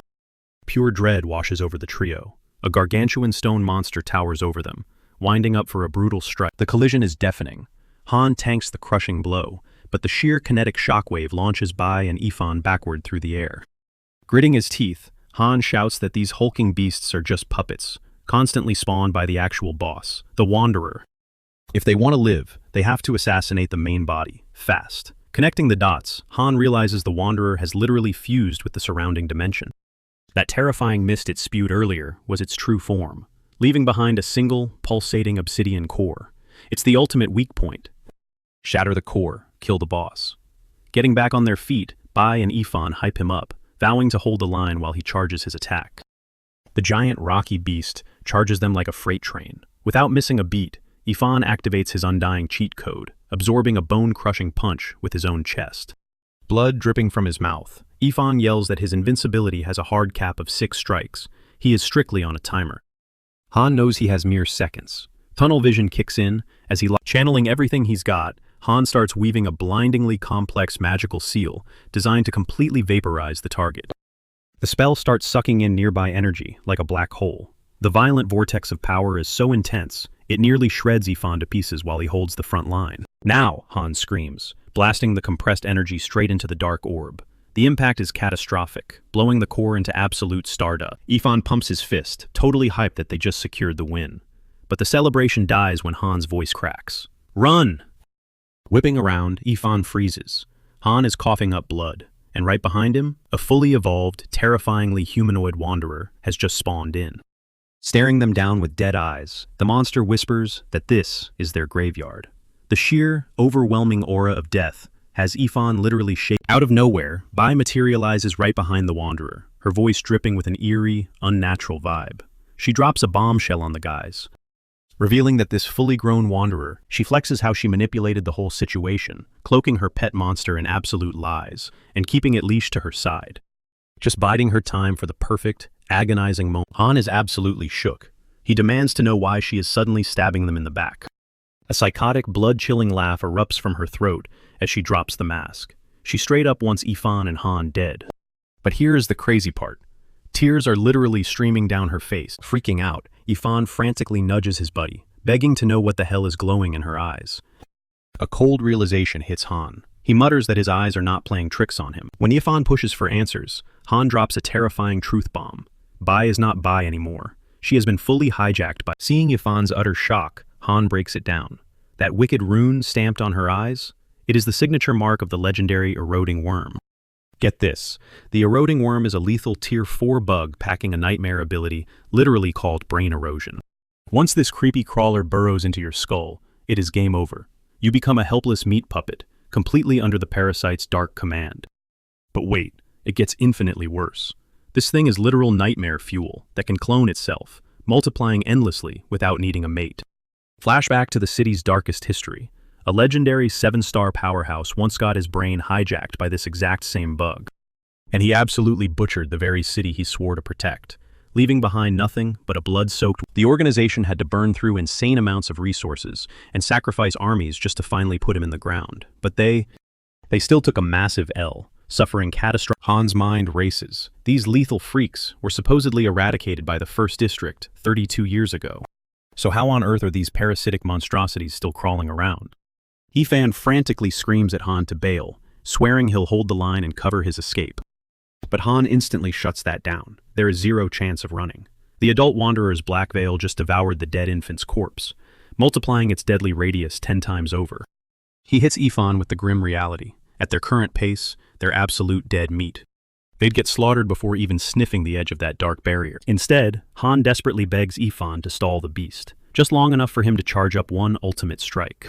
Wasting zero time, Han rapidly triggers his abilities to... Catching wind of this, Bai totally loses her mind, screeching at the Wanderer to shut Han down immediately. The monster unleashes a blistering energy beam from its palm, but Ifan's shield tanks the hit perfectly, bouncing it right off. Suddenly, Bai sprints up to Ifan, tapping his shoulder to infect his mind with her twisted power of deception. She whispers toxic venom, claiming his immortality is nothing but a sham. But instead of buying her lies, Ifan violently headbutts her right in the face. He spits back that she doesn't get to judge his powers. As she crumples to the dirt, a grotesque parasite tears its way out of her skull. The vile creature launches itself at Ifan, sinking its fangs into him and nerfing his shield down to a mere 2 charges. Furious, Ifan snatches the squirming bug and crushes it into absolute pulp. Now fully aware that Ifan's invincibility has a strict limit, the adult wanderer launches into the sky, charging up another devastating plasma shot. It openly mocks him, dying to see exactly how much longer the boy can actually survive. Boom! The explosion violently connects, but Ifan stands his ground, blocking the shockwave just like before. Sweating bullets, Ifan starts to panic, screaming at Han to hurry it up. Luckily, Han is already fully primed. He aggressively orders Yue and Ifan to deal with the eroding worm, while he personally executes the adult wanderer. Stepping up, Han violently unlocks the devastating power of the 8. Smirking, he praises the beast for actually pushing him to go all out, before exploding forward in a burst of pure rage. He winds up, aiming to punch this freak into the next dimension, but the wanderer swiftly sidesteps the lethal blow. Han's momentum sends him crashing right through a solid wall, turning it to absolute rubble. Meanwhile, the beast literally hacks up a massive, wicked blade from its. Admitting it wildly underestimated Han's raw physical strength, the monstrosity fiercely swings its sword directly at him. The slash unleashes a catastrophic wave of energy, slicing cleanly through literally everything in its wake. The monster aggressively tests Han to see how much punishment he can swallow, but Han seamlessly deflects the deadly strike using his armored gauntlet. Spotting that specific armor piece, the wanderer completely freezes in utter shock. It instantly recognizes the gear as the exact same legendary weapon that butchered one of their Zerg kings 10 years ago. Sneering, the beast taunts Han, claiming that such elite hardware belongs exclusively to the absolute apex predators. Lunging straight at the monster, Han coldly admits that maybe he isn't some god-tier fighter. But newsflash, this ugly wanderer is no Zerg king either. He then drops a violently heavy fist, triggering a massive shockwave that aggressively rocks the entire battlefield. Han relentlessly unleashes a savage barrage of punches. Some land with Dodging the strikes, the wanderer casually observes that whoever gifted Han that gauntlet must care about him deeply. Which means butchering him right here and now will absolutely shatter that person's soul. Flipping totally onto the offensive, the sick freak admits that just picturing their sheer grief gets it hyped up. Han miscalculates for a split second, and the wanderer brutally drives its blade right through his shoulder, blasting him backward. Pain flaring, Han suddenly grasps the absolute gravity of the situation. This beast has to die, right now. He has to end this incredibly fast, before the monster finishes draining the last drops of power from its dead infant. Because once it hits maximum power, he's totally cooked. Inhaling sharply, Han forcefully calms his racing heartbeat, heightening every single one of his senses. He has officially crossed into the absolute life or death threshold his master always warned him about. Pushed to his absolute limits, Han violently unlocks the second stage of the 8 quick fists. It's pure survival mode now, and he cannot delay a single second. Moving at literally God speed, Han blitzes the wanderer, burying a catastrophic, skull-shattering punch straight into it before the monster can even blink. The impact absolutely obliterates the wanderer, blasting it into a million dusty fragments. Han immediately smirks, officially calling game over. But out of nowhere, the monster's severed head just laughs, hissing that Han is dead wrong, and that he's the actual loser here. Pure panic washes over Han's face as the creature's mangled flesh rapidly stitches itself back together. Right on cue, Ifan frantically shouts that Bai has vanished without a trace. Before Han can even process that bombshell, the mutant chucks a massive boulder straight at their heads, roaring that nobody is getting out alive. Ifan barely tanks the crushing hit, but his immortality meter completely flatlines to 0. Coughing up blood, he desperately begs Han to make a run for it. Looking at his friend's battered state, Han knows instantly that Ifan is running on empty. Out of the blue, a colossal, glowing palm materializes. The battered squad stares at the sky, completely mind-blown by the insane flex. The smoke clears, revealing their savior. Shutong just dropped in. The master flashes a cool smirk, totally stoked he crashed the party right on time. Seeing his mentor standing there, Han finally lets out a massive breath, but the adrenaline crash hits him like a freight train. His eyes roll back, and he instantly blacks out cold. Shutong quickly orders Ifan and Yue Wei to drag the unconscious boy back to the safe zone. He casually mentions he still has some dirty work to finish up. Ifan raises an eyebrow, completely clueless about what kind of sweeping his master is actually talking about. Meanwhile, just miles away, the massive queen bug is caught slithering deep. Hours later, Han violently jolts awake in a sterile medical ward, screaming at the top of his lungs for his master to watch his back. The guy's brain is fully scrambled. He literally still thinks he's dodging death in the trenches. Yu Wei, sitting right next to the bed, immediately lights up seeing him open his eyes. Han, however, is just blinking like a deer in headlights. Groaning, he mumbles asking about his location. The girl gently breaks the news that he's chilling in a hospital bed, explaining that the second he hit the dirt, Shu Tong went on an absolute rampage, wiping out the remaining swarm. Sadly, the big boss queen pulled a vanishing act, so they had no choice but to carry Han home to heal up. Panic spikes again as Han demands to know where Yifan is. Yue Wei lets out a heavy, heartbreaking sigh, dropping the bomb that their bro is currently fighting for his life. She grimly details how nearly every single bone and meridian in his body was crushed to powder from tanking that colossal boulder. Honestly, if he didn't have that super hacked immortality trait, he would be lying in a body bag right now. But surviving doesn't mean he's okay. The dude is wrecked beyond belief. Thankfully, she offers a tiny glimmer of hope, explaining that suddenly a frantic nurse kicks the door open, screaming that Yifan's bed is completely empty. Han is utterly speechless. Yu Wei quickly connects the dots, reminding him of their master's strict orders to hunt down those nasty parasite worms solo. Since Bai's extremely sketchy kidnapping, she is willing to bet her life that Yifan sneaked out of the ward to track down their lost teammate and squash those bugs himself. Gritting his teeth, Han points out that Bai is the ultimate key here. Those vile parasites can literally clone themselves without a mate. But if they manage to snipe the main queen, the entire hive mind will instantly collapse, like a house of cards. He's heavily convinced the guy unlocked a crucial clue and went rogue to check it out. Biting her lip, the girl admits she has more bad news to drop. She reveals that the so-called Heroic Guardians organization just completely rugged their squad, swiping 100 points right out of their account. Furious, Han demands to know why they're getting robbed. She bitterly replies that the guild flagged their run as invalid, claiming Shu Tong carried the final boss fight. To make it worse, every single competing squad caught the exact same penalty just for fumbling the assignment. Han is absolutely livid. They literally bled out on the front lines, fighting for their lives.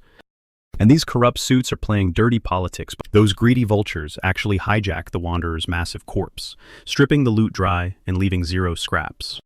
Every single rare drop was hauled straight into the Guardian's vault. Clenching his fists, Han asks if their master had any words about this daylight robbery. She quotes Shu Tong directly. He coldly stated, "This beef is strictly between the rookies and the guild, meaning 0 high-level cops are going to step in."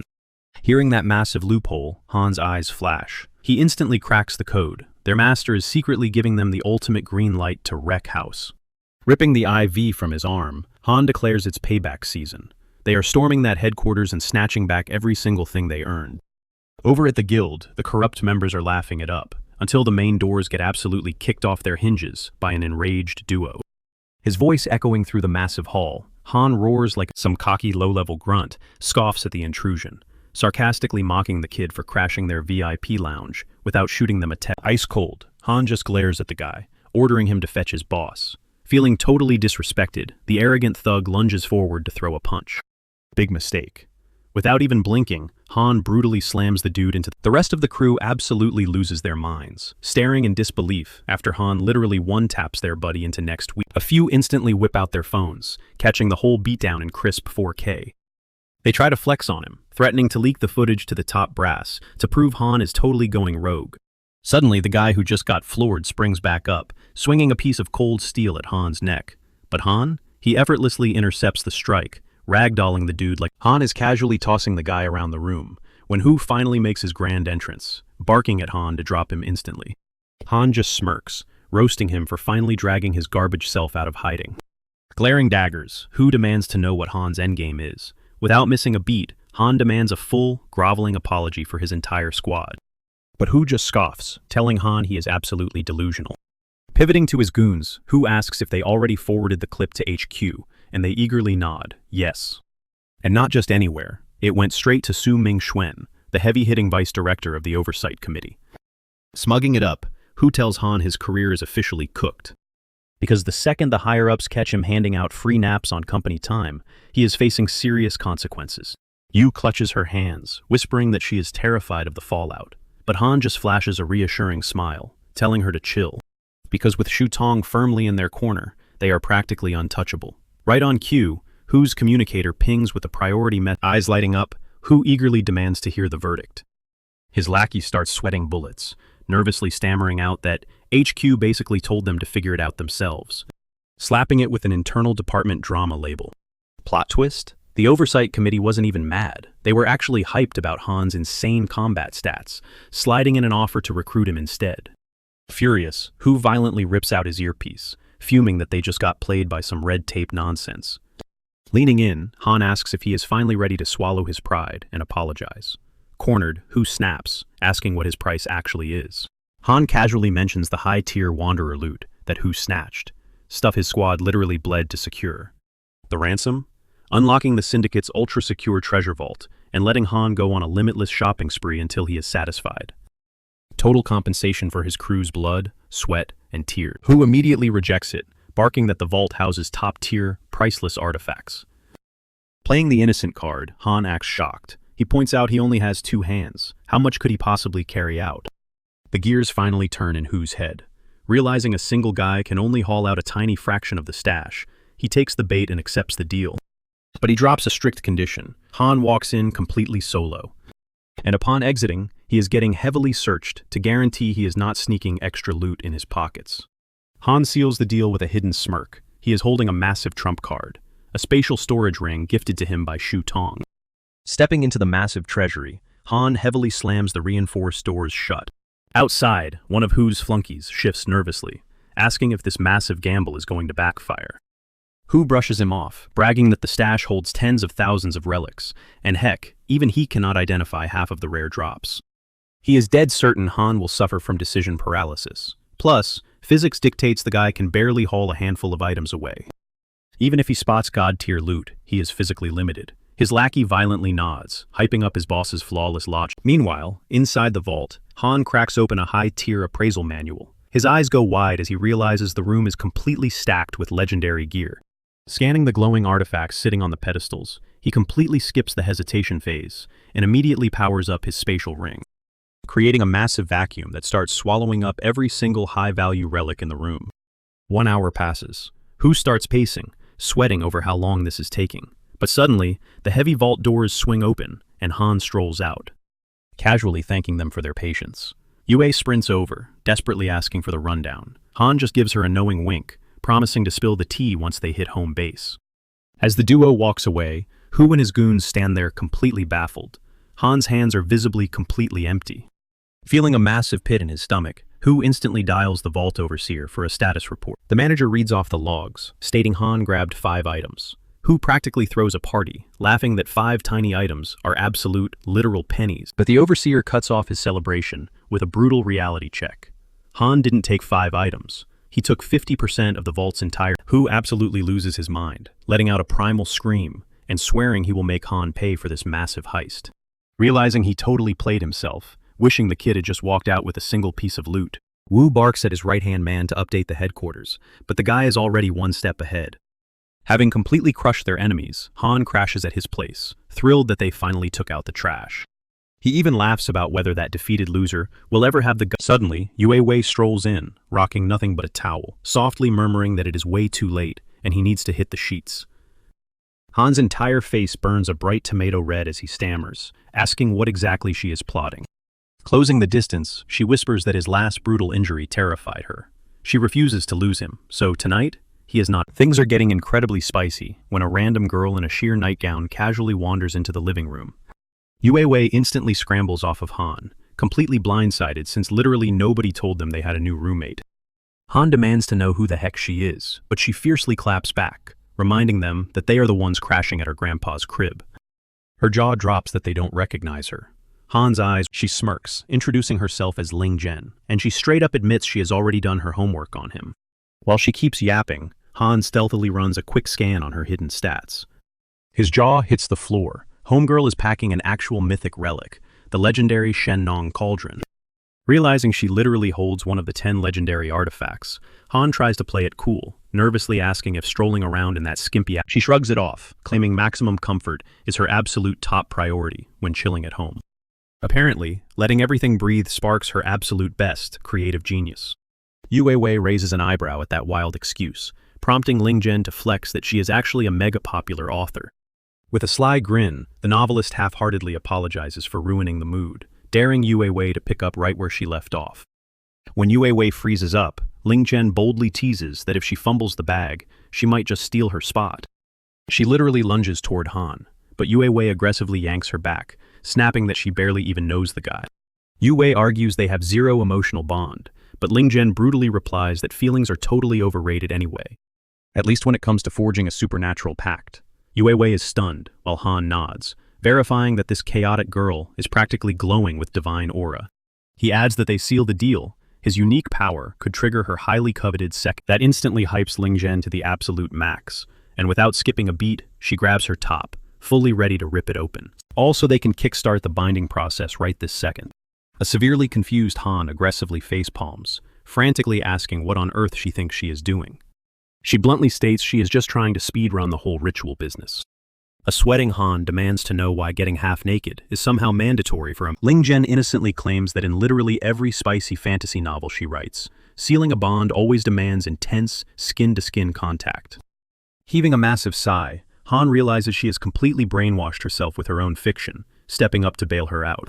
He channels his golden divine radiance to trigger her evolution, a massive surge of power that magically blasts away her flimsy outfit anyway.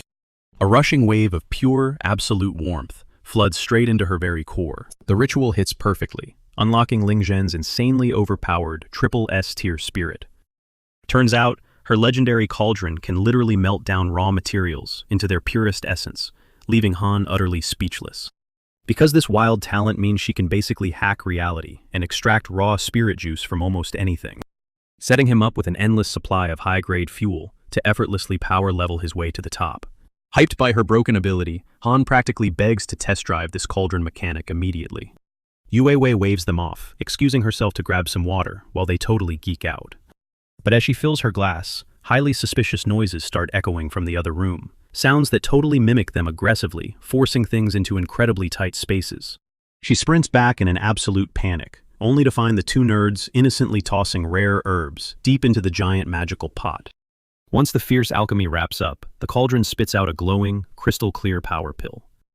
Han hypes it up, explaining that gulping just one of these bad boys bumps his total mana pool. Yue Wei's mind is totally blown, but out of nowhere, Ling Zhen violently tackles Han straight to the floor, whispering heavily that the scorching fire from her awakening still has not cooled down. She pins him down, demanding a very hands-on cooldown session. Han frantically screams for Yue Wei to save him, but his supposed savior just smirks and dives right into the chaos with them.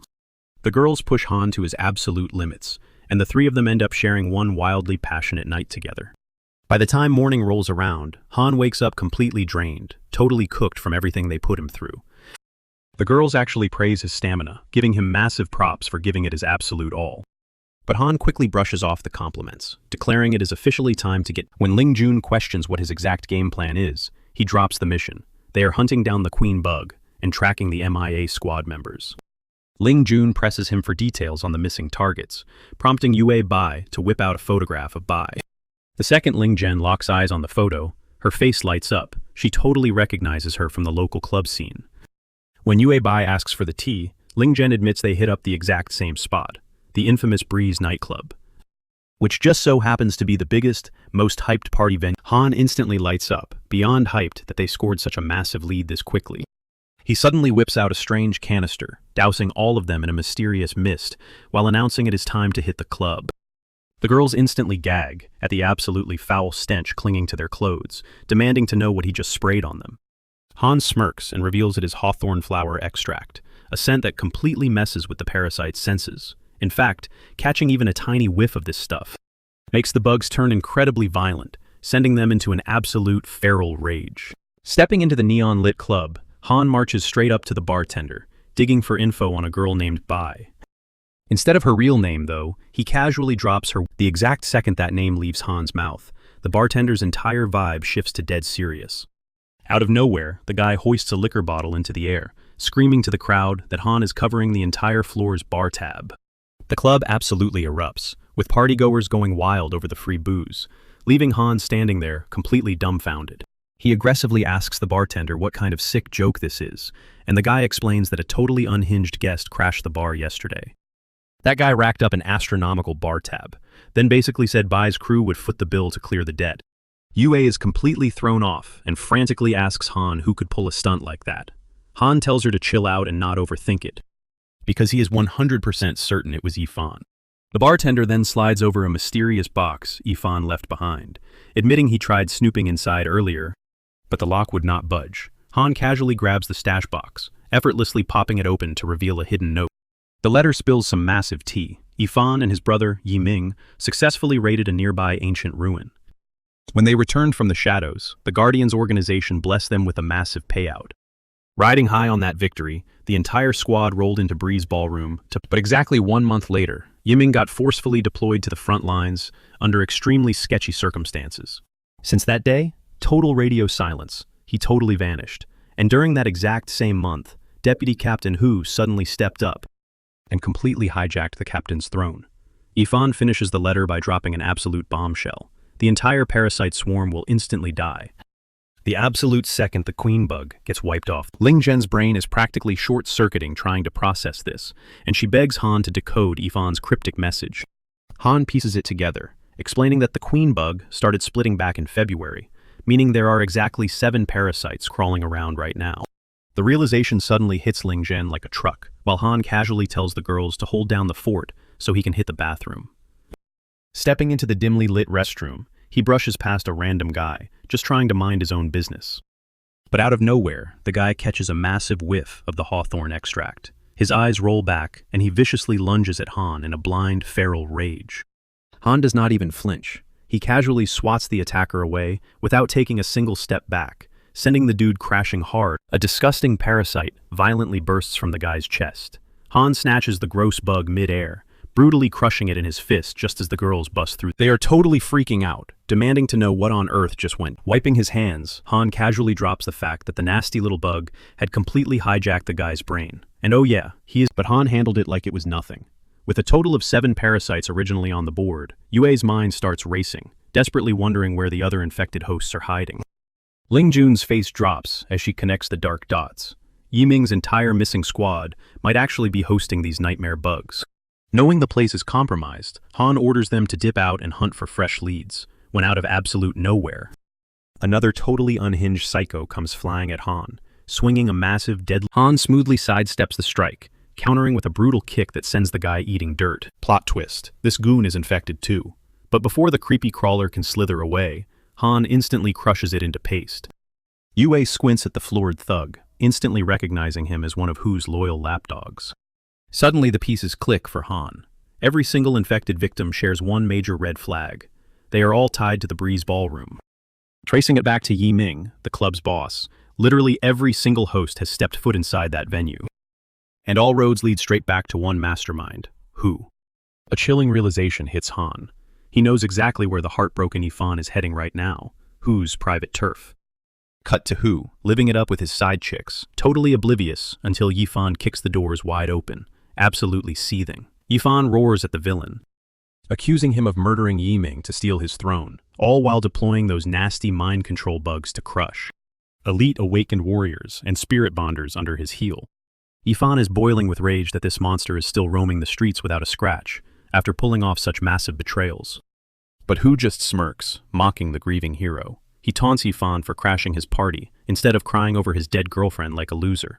Snapping completely, Yifan screams that this entire nightmare is on Hu's hands, and he is here to collect his pound of flesh.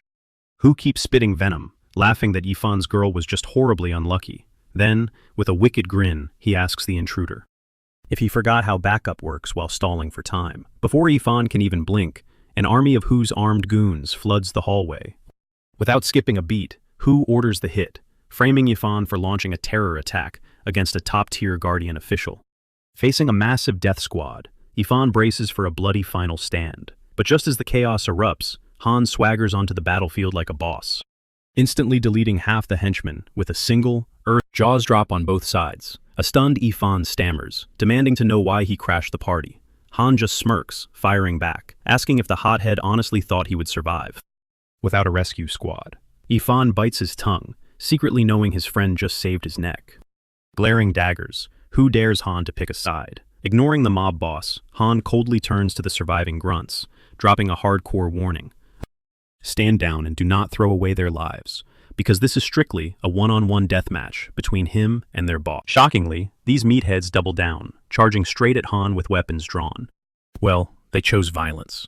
Han goes absolute goblin mode, unleashing a flawless combo that wipes the floor with every single attacker. In mere seconds, the entire room is littered with unconscious bodies. Ifan is absolutely mind-blown by the sheer gap in power. It has barely been any time, yet Han's combat mastery has already peaked at a godly level. Suddenly, Ling Zhen shouts a warning. The cowardly Hu is making a run for it. Eyes glowing with pure killer instinct, Han rockets after him. Catching up instantly, Han buries a devastating punch deep into Hu's chest, slamming the villain. The second Hu hits the concrete, a grotesque parasite bursts out of his skull. But Han is way faster, stomping the monster into a green puddle.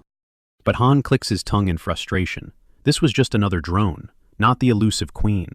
Waking up to find their boss flatlined, the surviving guards completely lose their minds, shrieking at Han, like he is some kind of psycho murderer. Watching them instantly frame him for assassinating a top official, a cold sweat runs down Han's back. He just walked straight into a massive flashback to 1 hour ago. An innocent secretary steps into the mayor's office with some routine paperwork, only to freeze in pure terror. The horrifying queen parasite is burrowed deep inside the mayor. Her blood-curdling scream echoes through the empty halls, silenced forever. Snapping back to the chaotic crime scene, Han barks at his squad to split up and hunt down Shu Tong. Right now, that guy is their only lifeline out of this political nightmare.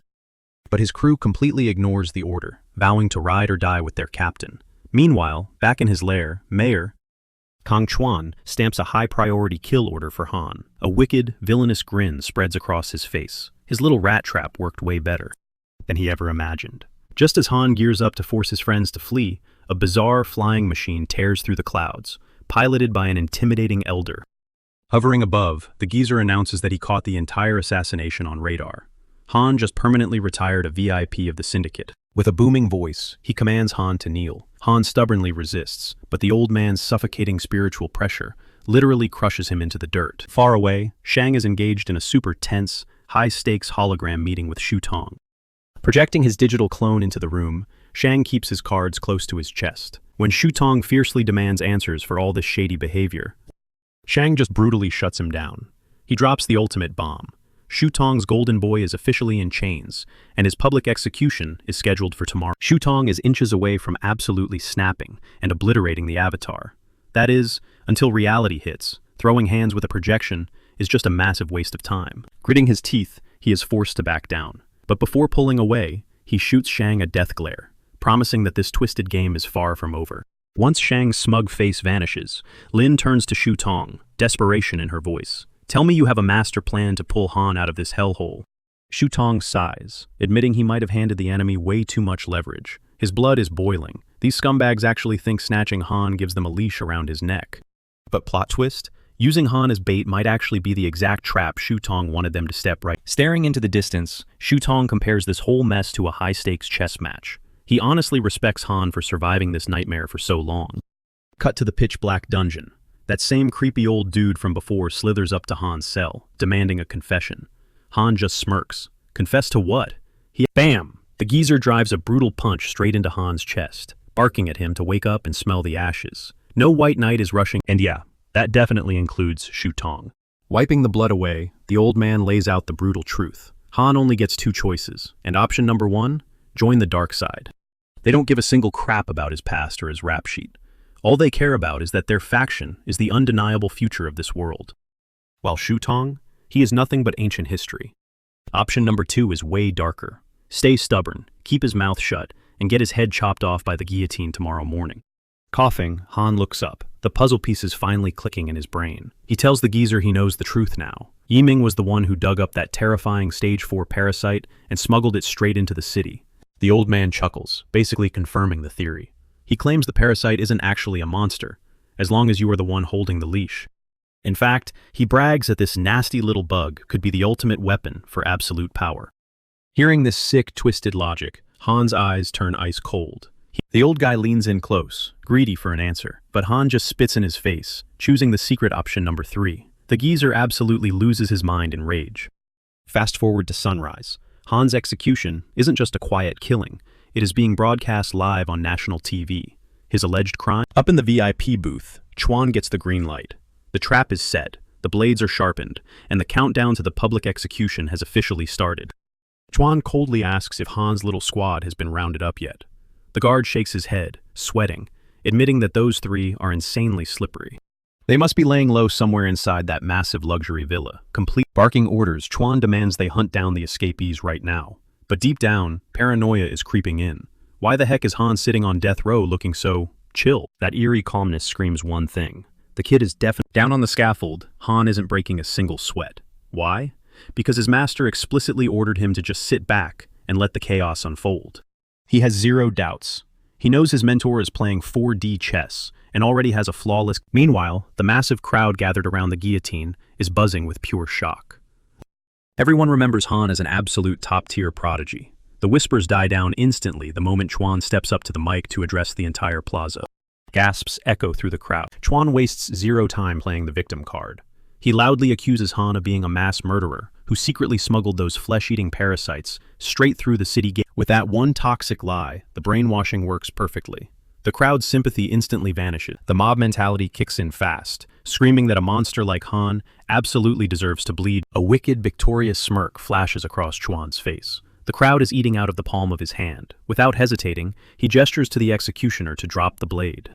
Han glances up, his heart pounding, as that massive, razor-sharp guillotine blade dangles inches from his neck, threatening to take his head clean off at any second. But then, screech! The mechanism totally jams. The executioner is violently yanking the lever, looking completely panicked as the death machine refuses to budge. Chuan's smile instantly drops. He realizes right away that someone is sabotaging the execution and furiously roars, demanding the hacker to right on cue. Siding cuts through the massive crowd like an absolute boss, her elite guards flanking her. She glares up at Chuan, loudly declaring that his fake justice ends right here. Why? Because Han literally saved her life, and Chuan is fuming, his face turning red. He snaps at Siding, asking if her powerful family is seriously declaring war over one dead man walking. As if that wasn't enough, Han's squad suddenly drops their dark hoods right in the middle of the plaza. They hit Chuan with the ultimate, "We object," totally ready to crash. Cut back to the command room. Shang is taunting Shu Tong, gloating that it is game over since Han's neck is literally on the chopping block right now. But Shu Tong just smirks, his voice dripping with terrifying confidence. He warns Shang not to pop the champagne just yet, because this insane game is only just entering its. Sweating slightly, Shang shuts up and glues his eyes to the screens. Suddenly, Shu Tong's earpiece buzzes. His intel team admits they couldn't track down the ultimate puppet master pulling all the strings. But they hit the absolute jackpot. They have finally uncovered the name of the massive, shadowy syndicate orchestrating this. The shady syndicate pulling the strings? They go by Dawnbreak. Cut back to the execution grounds. The crowd's jaws drop as a mystery figure literally spawns out of thin air, crashing the entire lethal spectacle. The onlookers suddenly realize the stakes just skyrocketed, especially with the heavy-hitting Shang family crashing the party. Siding steps up, projecting her voice to the masses. She drops a bombshell. Chuan has been playing them all for absolute fools. She sets the record straight. Han isn't some rogue criminal. He's the very shield keeping their commanding everyone's attention. She points to the massive jumbotron. The screen flickers to life, broadcasting raw footage of Han utterly obliterating a swarm of putting his own life on the line to guard innocent civilians. Siding lays down the cold, hard facts. Han bleeds for this city, and a true hero like him wouldn't just randomly flip and betray his own kind. But the drama isn't over. Out of the shadows, that same creepy elder makes his grand, uninvited comeback. His voice booms like a shockwave across the plaza, violently ordering he arrogantly declares that wiping out Han is an official Dawnbreak operation, meaning zero interference will be tolerated. The geezer charges up a colossal energy palm, aiming to crush Han into dust. But bam! The lethal strike hits a dead end.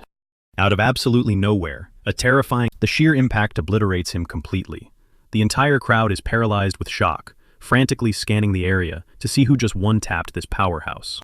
Siding catches a glimpse from the corner of her eye. It's Shu Tong, casually fading into the background. Down on the platform, Chuan refuses to take the L. He lunges at Han for a desperate, fatal strike. But Han snaps his restraints like twigs, realizing his master already kicked things off. So, it's time for the student to crash out too. Han casually sidesteps the attack, leaving Chuan completely mind-blown by his god-tier reflexes. Before the corrupt official can even process the blur, Han teleports right behind him and delivers a brutal double tap to his skull, flattening him against the cold concrete. Right on cue, a repulsive queen bug bursts out of Chuan's head. But before the nasty critter can scurry away, Han snatches it up and mercilessly crushes it into. The crowd loses their minds. They just witnessed their supposed city lord housing a freakish alien parasite in his brain. Han hoists the squashed alien in the air, revealing that these grotesque parasites are secretly trying to tear human society apart from the inside. He passionately declares that every single crazy move he made was actually a desperate play to save their race.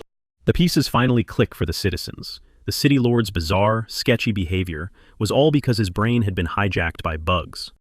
Stepping into the spotlight, Shu Tong strolls up to his pupil. He smirks, asking if Han finally felt the terrifying thrill of dancing on death's door. Han chuckles, admitting he totally vibes with having an overpowered mentor to sweep away his trash. But he looks the old man in the eye and claims he is ready to start calling the shots himself. Shu Tong nods with pride. He hypes Han up, explaining that since the queen is wiped out, the rest of the hive is permanently deleted. However, he points out that Han's brutal, heavy-handed approach left a massive mess. By going all out, they accidentally erased any solid leads tying back to the name immediately catches Han off guard. He turns to his master, asking what the heck Dawnbreak actually is. Shu Tong drops a dark truth. They're a ghost-like. Sadly, their intel on this shadowy group is practically zero right now. A chill runs down Han's spine. The idea of a treasonous cult hiding right under their noses is totally insane. The victory is cut agonizingly short when Yifan arrives on the scene.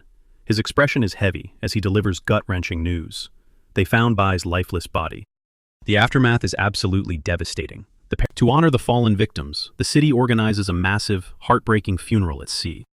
And tragically, Bai is among the countless souls being sent off into the endless. Watching her coffin gently drift away, a tearful Han whispers a broken apology. He feels utterly sick for failing to protect her. But hold on, the plot violently twists. Deep inside the drifting casket, Bai's skin glows an eerie blue, and as her eyes snap open, but absolutely nobody topside knows she just resurrected. Fast forward to October, and Shu Tong is checking in, asking Han if he and his Phantom Squad have finally grinded their way to Tier 3. Han hits him with a confident yes. Even the late bloomer, Ling Zhen, has powered up to cross that third tier threshold. On top of that, Yue unlocked a massive library of sick musical tracks that Han plans to master down the line. Flashing a bright smile, Siding practically begs Han to lock in a contract with her once her powers finally awaken. But Han drops a reality check, making it clear he only teams up with top-tier divine spirits, since they actually bring serious firepower. Hearing that, Siding crosses her fingers, desperately hoping she hits the jackpot with a divine awakening. Now that Han smashed through to Tier 3, Shu Tong breaks the news. The rear cities have absolutely nothing left to teach him. He casually asks if the kid has mapped out his next move. Without missing a beat, Han tells his master he is hungry for more power.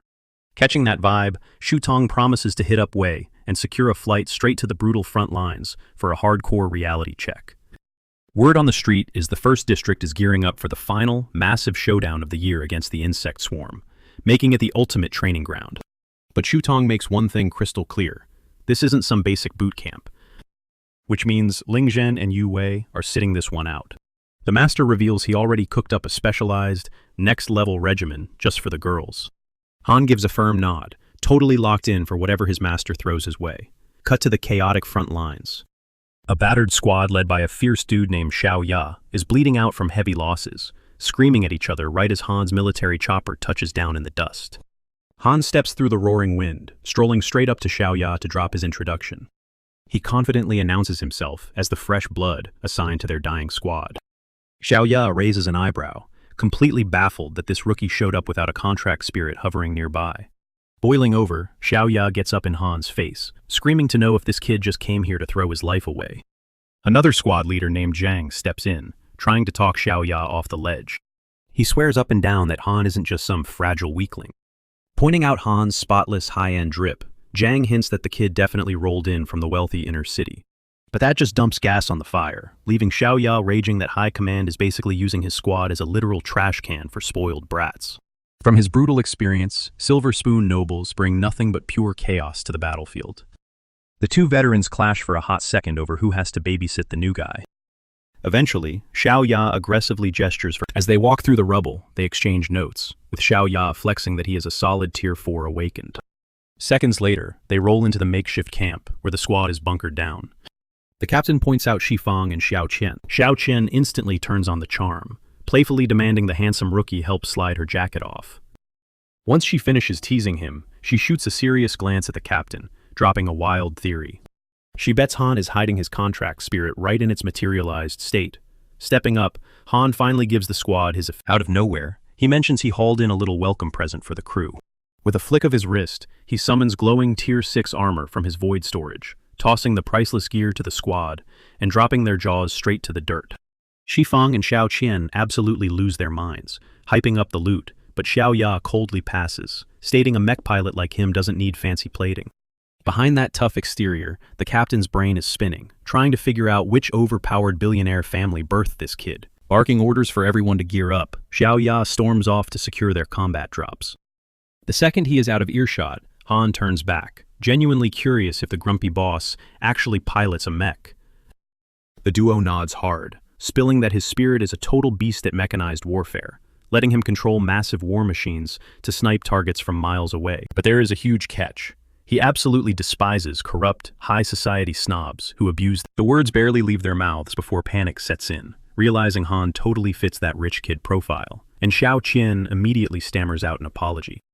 Before things get too awkward, Xiao Ya kicks the door open, barking that it is officially go time.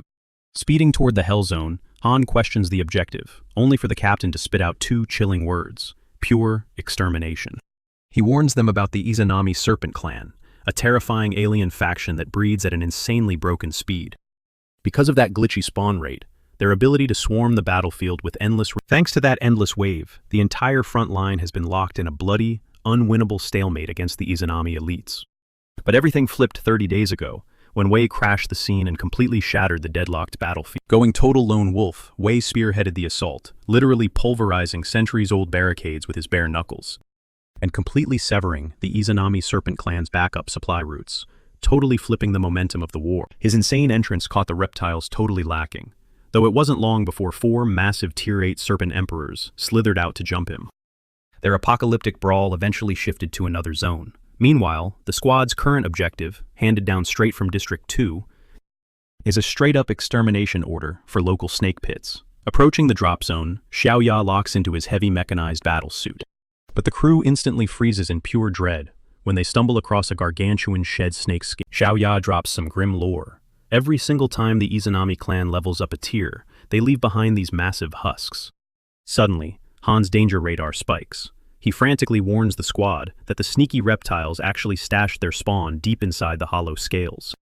Right on cue, slimy egg sacs begin plummeting from the colossal. Scanning the data on his holographic display, Xiao Ya realizes this monstrous molt stretches over 6,000 meters, plastered with literally billions of unhatched nightmares. Without warning, the pods violently erupt open, blasting out a deafening sonic boom and a brutal shockwave. The sheer force instantly launches Xiao Ya into the abyss, while the rest of the crew collapses, agonizingly clutching their bleeding. In a completely unhinged move, Han swan dives straight off the edge to catch him. Mid-air, the captain shrieks at Han to ditch him and stick to the mission parameters, but Han isn't about to entertain that suicidal nonsense. He aggressively snatches Xiao Ya's heavy mech suit mid-fall, hurls the captain straight back onto the cliffside, and barks at him to pull him up. Crashing safely onto solid ground, Xiao Ya is absolutely mind-blown by Han's freakish, superhuman brute strength. The other 2 squad mates practically write Han off, telling the captain there is 0 chance he survived a drop that ridiculously high. Xiao Ya physically crumbles to his knees, utterly crushed by guilt over his teammate's sacrifice. But then, Han's bloodied hand aggressively grips the rocky ledge. He fiercely roars at the slack-jawed squad to drag him up because he is far from a goner. The duo frantically hoists him over the edge, totally hyping up his insane survival. But Xiao Ya instantly starts grilling him, furiously asking if throwing his life away just to play hero was actually worth jeopardizing the whole op. The captain rigidly reminds him that the primary objective always comes first. Catching the vibe, Han throws up a crisp salute to validate the order. Right at that moment, a chilling reality hits them. Every single pod has popped, flooding the zone with an absolute ocean of venomous vipers. Xiao Ya barks at the crew to stay sharp, but Shifang and Xiao Qian are already spiraling, totally convinced it is game over. The massive swarm unleashes a collective, deafening. Taking one look at the infinite sea of scales, the sniper chick realizes making a run for it is mathematically impossible. Out of nowhere, Han hoists his hand into the air, manifesting a blinding golden aegis straight from his mystic ring. the heavy, suffocating aura radiating off the relic, halting their vicious charge dead in its tracks. In an absolute mind-bending twist, the bloodthirsty reptiles actually bow down. Han fiercely orders the captain to incinerate the whole pit while their guard is down. Snapping out of it, Xiao Ya immediately pulls the trigger. He unloads an absolutely devastating barrage of heavy firepower, deep-frying the entire nest into crispy ashes. Once the smoke clears, the squad frantically questions Han. Playing it cool, Han simply claims he just flexed some high-tier intimidation gear to bully the beast. The crew is totally hyping up his insane clutch, while Xiao Ya cannot help but interrogate Han about his true identity, knowing damn well he does not act like those spoiled, silver spoon nobles. Rushing off the praise, Han casually insists he is literally just a basic Tier 3 awakened, and nothing worth hyping up. The chill vibe instantly dies. He grimly reports that the wider operation is turning into an absolute bloodbath for the other strike forces, with barely a handful actually surviving their zones. Swallowing his pride, the captain admits their own squad would be snake food right now if Han had not hard carried. Realizing Han literally holds the ultimate cheat code to pacify the Vipers, Xiao Ya is totally they can successfully flank the enemy's spawn routes and completely eradicate the horde. But mid-sentence, Han's face drops dead cold. He chillingly warns the squad that if they don't sprint for their lives right this exact second, they are the ones about to get brutally butchered. The ground quakes as a genuinely nightmarish Tier 5 serpent boss slithers onto the battlefield. And this colossus is radiating pure, unadulterated rage, because it is the designated guardian of the While Xiao Ya and the duo are literally frozen in suffocating dread, Han has already bolted into a full-on sprint. Glancing back to see the trio standing there like sitting ducks, he practically tears his vocal cords, screaming at them to get their asses moving. Reality violently kicks in for the other two, knowing damn well they don't have the stats for this boss fight, and they immediately peel out of there. Playing the ultimate sacrifice, Xiao Ya anchors himself to the rear to draw aggro, charging up and unleashing an that just pisses the monster off. The massive serpent snaps its jaws shut around Xiao Ya, completely mangling him and his mech suit in one brutal crunch. It violently spits his battered body out like trash. Watching their captain get absolutely wrecked instantly freezes the other two in their tracks. Pure panic locks them in place, and that split second of hesitation is all the opening the beast needs to slither right up on them. It lunges in for a double kill, but out of nowhere, a glowing barrier flares to life, bouncing the deadly strike. They totally thought they were cooked. But then it clicks. They are literally rocking the custom armor Han hooked them up, but their little victory dance gets cut brutally short. The Viper spews a wave of highly corrosive acid, melting straight through their defenses. In seconds, both of them are reduced to nothing but piles of pitch-black ash. Han is absolutely paralyzed, forced to watch his squad get wiped from existence. Now, those cold, reptilian eyes lock dead onto him. Gripping his weapon, Han braces himself to throw down with every single ounce of strength he has left. The monster strikes with terrifying speed, but our boy backflips at the absolute last microsecond, narrowly dodging the lethal bite. Fangs smash into the solid ground, sending dirt flying, but this thing is relentless, instantly whipping its massive body back around to hunt him. Just as those jaws are about to snap him in half, a massive blade drops straight out of the sky, completely obliterating the beast's skull. Han stands there completely floored. Who the heck just one-tapped a terrifying Tier 5 serpent like it was absolutely nothing? An incredibly gorgeous woman gently floats down to the battlefield. Catching on that she is his ultimate lifesaver, Han immediately bows to show some massive respect. The mystery savior, Gong Yang Jin, instantly starts flirting, hyping up Han's good looks, but she quickly drops a bomb. She is totally not from Great Xia. Jin casually mentions she hails from the city of extreme evil, a notoriously dark place, famously known as the Land of Exile. At least, that is what all the high-level spirit contract masters. Hearing Land of Exile totally throws Han off for a second, but after piecing the clues together, he realizes she is actually talking about the infamous Lower District. Our guy is mentally freaking out. Her stats are insane, an SSS rank talent, and a hardcore Tier 8 awakened powerhouse. In a flash, she teleports right behind him. She whispers, asking for the name of the track he was just playing, claiming the beat literally supercharged every single cell in her body. That epic buff was exactly what gave her the insane power to one-shot that massive Viper. Then, she casually announces she is kidnapping him and dragging him back to the Lower District. Basically, she wants him as her own personal, exclusive combat support pet. Hearing this insane demand, Han frantically backs away, begging her to take a chill pill. But Jin is not having it. She is visibly annoyed that a puny Tier 3 awakened is actually daring to talk back to her. Standing his ground, Han firmly tells her he is not going anywhere, because his current mission is far from over. Smirking, she challenges him, asking what he plans to do if she drags him away by force. Without missing a beat, Han presses a razor-sharp, looking her dead in the eyes. He swears he will straight up end his own life, rather than be taken alive. Realizing he is completely unhinged and stubborn as heck, Jin sighs and asks if he just wants her to tag along instead. Han totally spots that she has a massive soft spot for him. His brain immediately starts plotting how to totally exploit this insane simp energy. If he plays his cards right, he can use her god-tier strength to totally steam. Lowering the blade, he agrees to follow her back, but he drops a massive condition first. She has to help him absolutely obliterate the massive swarm of newly hatched Izanami bugs flooding the battle. Without even blinking, Jin accepts the terms instantly. Honestly, she totally saw. He pulls up the digital map, marking the exact drop zones. Smirking, she brushes it off, guaranteeing that wiping them out will be a total walk in the park. Out of nowhere, a twisted pitch-black shadow violently erupts from her spine, instantly messing with her mind. Her eyes go wide as she violently screams at Han to run for his life, warning him she is totally losing control.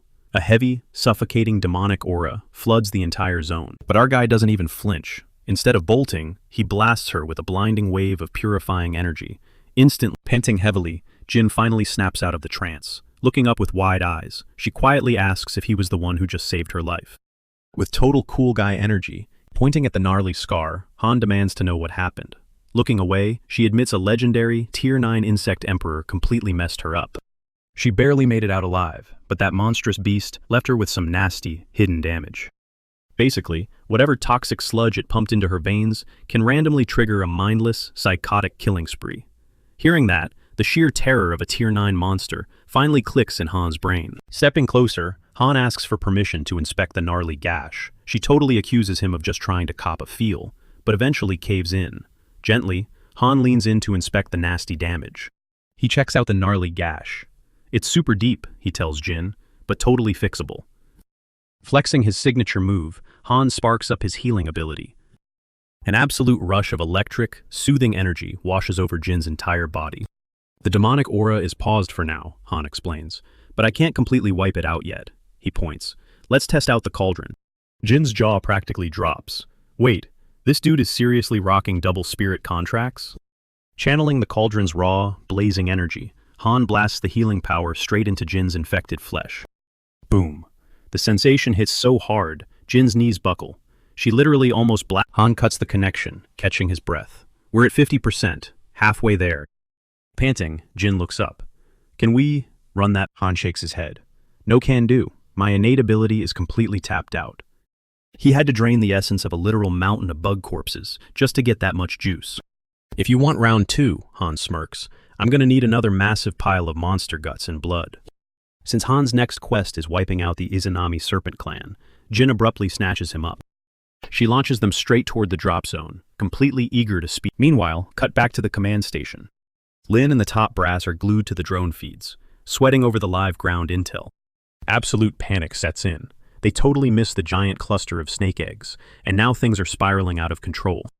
The eggs are unhatched, and that's the real nightmare. Lin suddenly clocks the strategy. The swarm is deliberately baiting their heavy hitters right into a death trap. He instantly locks down the base. Stand down! Nobody deploys to the front line. Meanwhile, out in the wasteland, Han and Jin finally touch down at ground zero.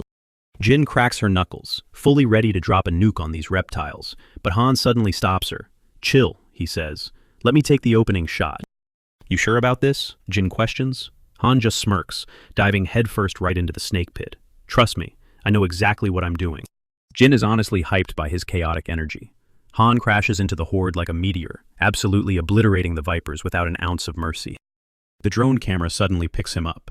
Back at HQ, jaws hit the floor watching this absolute madman fighting totally They instantly write him off as a dead man walking. And just as the swarm completely surrounds him to finish the job, Jin slides in for the ultimate clutch save. Boom. One single devastating strike, and the entire snake pile. Jin goes into full beast mode, shredding through the serpent ranks, while Han runs perfect support from the backline. Having Jin pulling aggro allows Han to finally uncap his limits, hitting absolute maximum output on his Tier 3 skills. Mid-fight, Han triggers a brand new ability tree. Grinning, He immediately treats the incoming beasts like literal crash test dummies to try out his new toys. The sheer, broken scaling of Han's power output literally leaves even a veteran like Jin completely stunned. Meanwhile, the HQ monitors catch Jin's face. The officers freeze. They definitely know exactly who she is. Flashback to just 1 month ago. Jin literally threw hands with Wayne and his wife. The brass assumed she had totally bounced from the sector. Spotting her on the live feed proves they were dead wrong. And the absolute worst part? She has formally teamed up with Han. Fast forward, and the dynamic duo has completely wiped the floor with the entire snake nest. Surveying the bloody carnage, Han tells Jin, "All right, we've got plenty of fuel." He boots up the healing process. Instantly, Jin is wrecked by a crazy, wild mix of stinging agony and pure, euphoric relief. Digging deep, Han spots a super nasty black thorn buried in the gash. "Got a wicked thorn right here," he says. "Do I yank it or leave it?" "Rip it out," Jin demands instantly. Han yanks the spike and boom, a massive, terrifying shockwave of pitch-black demonic energy violently erupts from her body.